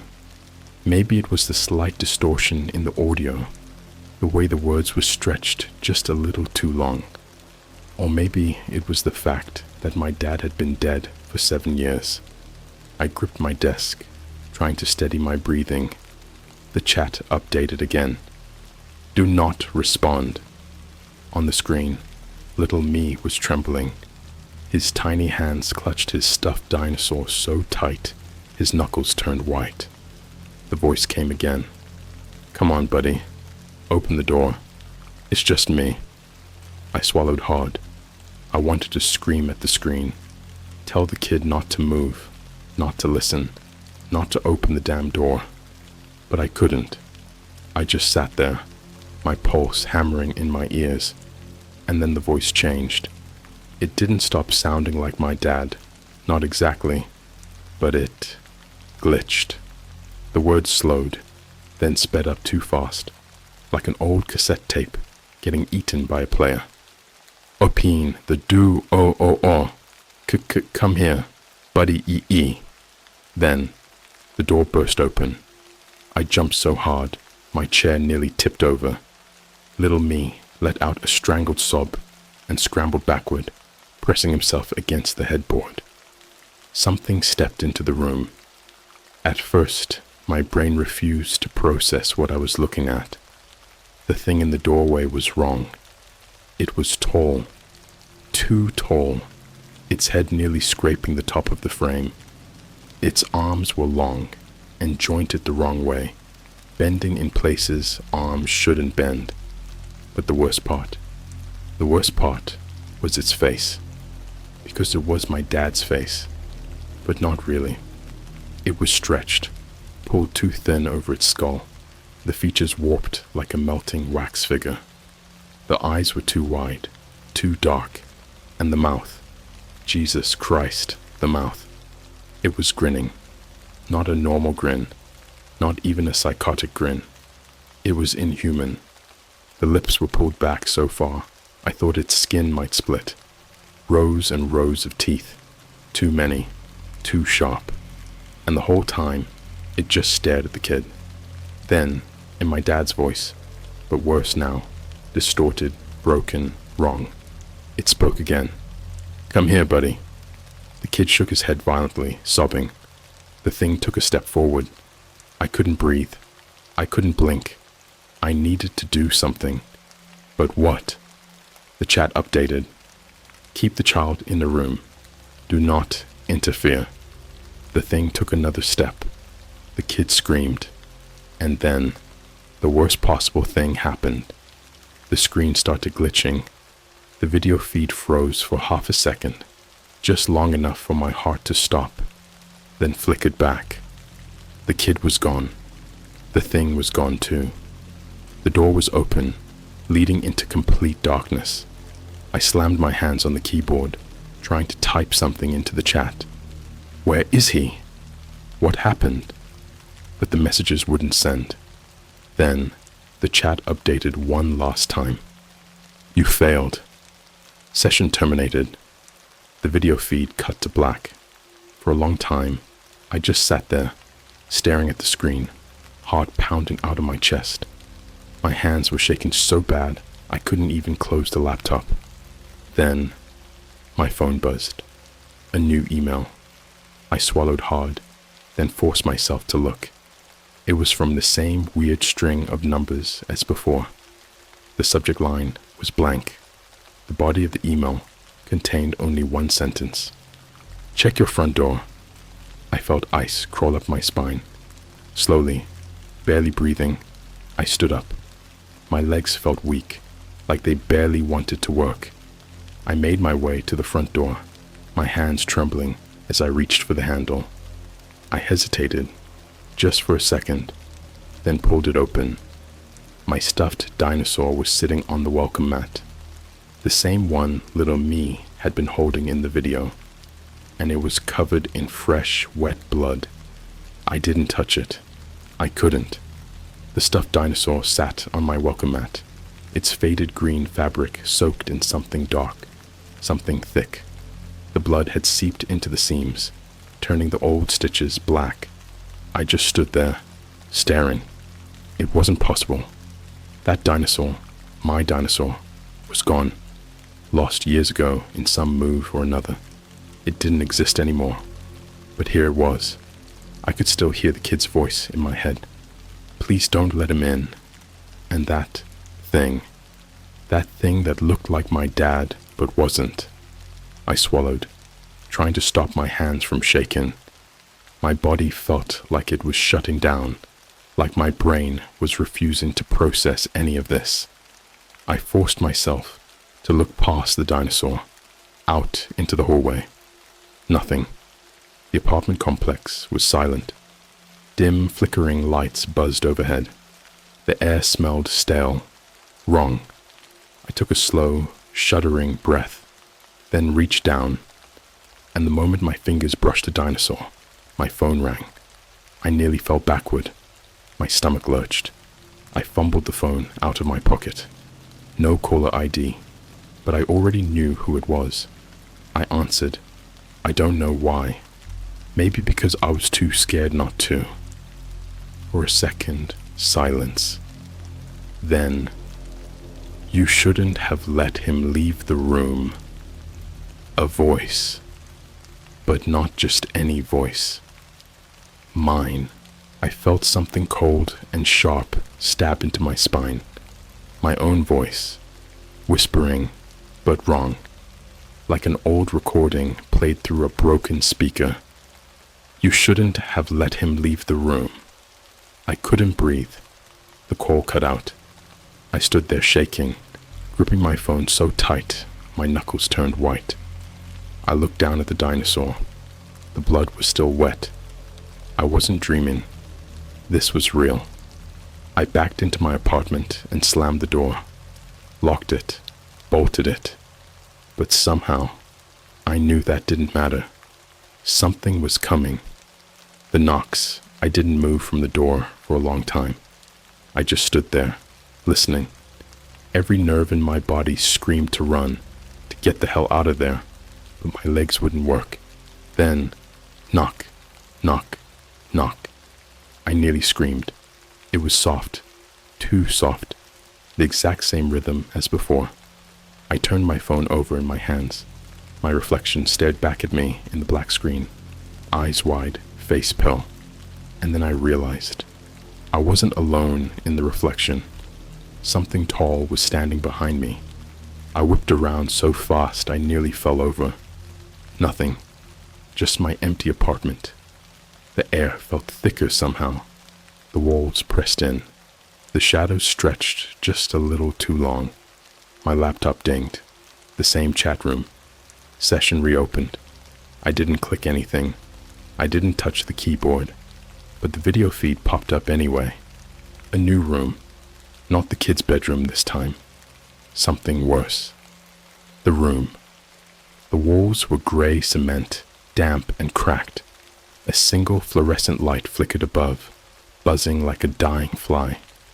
And in the middle of the room, strapped to a wooden chair with thick leather belts, was the kid, Mr. Little Me. His face was pale, streaked with dirt and dried tears. His tiny wrists were raw, where the straps bit into his skin. But the worst part, he wasn't alone. A figure stood just outside the light, half hidden in the shadows. Tall, too tall. I recognized the grin before I saw the rest of its face. Teeth, too many teeth. My dad's face, melted, stretched, grinning. I grabbed the laptop. My hands were shaking so hard I could barely keep it steady. I wanted to scream, to smash the screen, to wake up from this nightmare. The kid looked straight into the camera, straight at me. His lips barely moved. Help me. Then, the thing stepped fully into the light, and I swear to God, it was wearing my skin, my clothes, my face, my body. But it wasn't me. Not really. Its head twitched, neck snapping to the side at an unnatural angle. It stepped closer to the kid. The chat updated. Final session. Complete the task. End the process. I had no idea what that meant. But then, a new window opened. A red button appeared in the center of the screen. Just one word underneath. Terminate. My pulse hammered in my ears. My vision blurred. The kid started crying. I slammed my fingers against the keyboard, trying to type. What the hell is this? What does this mean? No response. The thing that looked like me took another step, then another. It reached into its pocket and pulled out something long, sharp. A knife. A knife I owned. The same black-handled kitchen knife, sitting in my sink, right now. It gripped the handle, turning the blade over in its two long fingers. I felt like I was going to throw up. The kid screamed. The thing lunged. And before I could think, before I could even breathe, I slammed my finger down on the red button. The screen cut to black. Silence. Then, one last message. Session terminated. Then the chat room vanished. I sat there staring at the screen, my pulse crashing in my ears. And then, my phone buzzed. A new email. No subject, no text. Just a single video attachment. I didn't want to open it. I knew I shouldn't. But I did. The video. It was grainy, black and white security footage.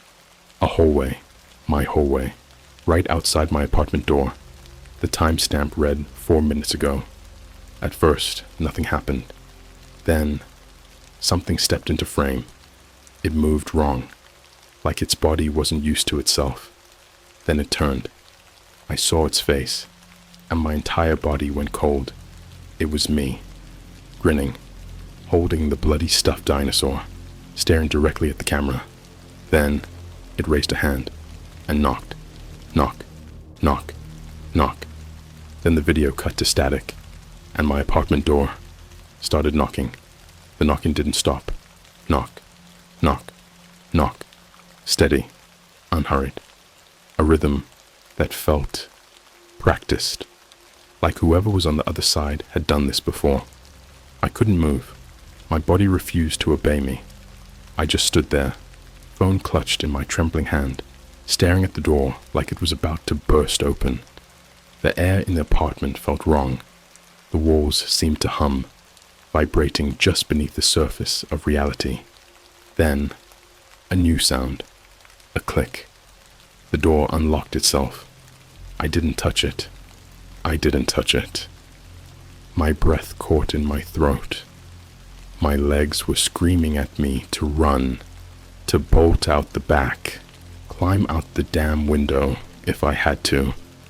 But I didn't, because I heard breathing on the other side of the door, and it was my breathing, shallow, ragged, trembling. I reached out with a shaking hand and pressed my palm against the door. The breathing on the other side stopped. Then, slowly, painfully slow, the handle started to turn. I reacted before I could think. I threw my entire weight against the door, slamming it shut just as it started to swing open. Thud. Something hit the door from the other side. I stumbled backward, gasping. The door rattled like someone, or something, was pressing against it, testing it. Then came the scratching. Slow, deliberate. Nails, or something worse, dragging down the wood. I backed away. My mind was screaming, "This isn't happening. This isn't happening. This isn't happening." Then, a whisper. "I know you're in there." And it was my voice. I nearly collapsed. It was like hearing a recording of yourself you don't remember making. Same cadence, same tone, but wrong. Something about it was stretched, like it had been practicing. "You shouldn't have let him leave the room." The same sentence from the phone call, the same sentence from my own mouth. Then, silence. The scratching stopped. The air shifted, and suddenly, my phone buzzed. I almost screamed. I forced myself to look. A new email. No subject, no text. Just a single live feed video. I hesitated. My brain was begging me not to click. I clicked. The new feed. The video was grainy. Another security cam. At first, I didn't recognize the location. Just another dimly lit, industrial-looking hallway. But then, my stomach dropped. It was my building. The camera was mounted in the stairwell, aimed at the entrance to the 3rd floor. My floor. The timestamp said, "Live." I held my breath. Nothing happened. The hallway was empty. Then, from the edge of the screen, a figure stepped into view. I choked on air. It was me. The other me. The one from the last video. The one that knocked on my door. It moved slowly, unnaturally, its limbs too loose, like a marionette, controlled by invisible strings. It reached the center of the hallway and stopped. Then, its head snapped toward the camera. I felt something ice cold crawl up my spine, because it wasn't just looking at the camera, it was looking at me. It knew I was watching. Then, it smiled, a slow, unnatural stretch of lips, the same grin from before. It raised a hand and waved. My stomach twisted. I felt sick. Then the feed glitched. For a split second, Less than a second, the screen cut to black. When it flickered back, it was closer, halfway down the hall, still grinning, still staring, still waving. I made a sound, some kind of strangled sob. I don't even know. My heart felt like it was ripping itself apart. The feed glitched again. It was closer, 20 feet away, still grinning, still waving. The feed cut out. My screen went black. Then, a new sound, a single knock, directly behind me. What I saw in the mirror, I didn't turn around. I couldn't. I knew what would be there. Instead, I turned my phone's camera on, switched it to selfie mode, and held it up. At first, all I saw was myself, my pale, wide-eyed reflection. Then, it stepped into frame behind me, my own reflection. But it wasn't a reflection, because it moved on its own. It leaned in, right behind my shoulder, grinning, and whispered, "Let me in." I dropped the phone. I don't remember running. I don't remember unlocking the window, climbing out, bolting down the fire escape. I only remember the feeling, like the second I turned my back, something would grab me. I didn't stop running, not even when I hit the street, not even when I got into my car and sped the hell out of town, not caring where I was going, just driving. I don't remember stopping. I don't remember sleeping. I just remember waking up in a gas station parking lot. And when I checked my phone, the emails were gone. The chat room? Gone. The video feed? Gone. Like none of it had ever happened. But the dinosaur? The blood-stained stuffed dinosaur? It was still in my passenger seat. I didn't go home. I didn't even know if I had a home anymore. For the next 3 days, I drove. I didn't stop, except for gas. I didn't sleep. Every time my eyelids got too heavy, I'd pull into a Walmart parking lot, grip the steering wheel until my knuckles turned white, and force myself to stay awake. Because I knew that if I closed my eyes, even for a second, it would be waiting for me. The other me, the thing with my face, my voice, the thing that had been getting closer. I still had the stuffed dinosaur. It sat in my passenger seat, staring at me with its dead plastic eyes, its green fabric darkened with dried blood. I should have thrown it out. I should have left it on the side of the road, burned it, buried it somewhere it could never be found. But I couldn't, because somehow I knew it was connected to the kid, to me, to the thing I had left behind in that lost video feed. I kept waiting for something to happen, for my phone to ring, for my laptop to power itself on again, for another video feed to pop up showing something I wasn't supposed to see. But nothing came, just silence. And that was so much worse. The first sign. It wasn't until the 4th day that I realized something was wrong. I was in a McDonald's parking lot, somewhere in Ohio, shoveling fries into my mouth with hands that wouldn't stop shaking when I caught my reflection in the rearview mirror. At first, it was just me, a wreck of a person, hollow-eyed, unshaven, looking like he hadn't slept in years. But then, I saw something move. Not me. Something behind me. A shadow. Just a flicker. Something too tall. I spun around so fast I nearly knocked my drink over. Nothing. Just the empty back seat. My pulse was hammering against my skull. I forced myself to breathe, gripping the steering wheel so tight my fingers ached. But as I turned back to the mirror, I wasn't in it anymore. Not fully. Half of my reflection had disappeared, like I was being erased. I reached up with a shaking hand and touched my face. My skin felt real. My breath came in short, panicked gasps. I was still here, but my reflection wasn't. I slammed the mirror shut and stepped on the gas. The second sign. I found a shitty roadside motel and checked in under a fake name. Cash only. The clerk barely looked at me, which was fine.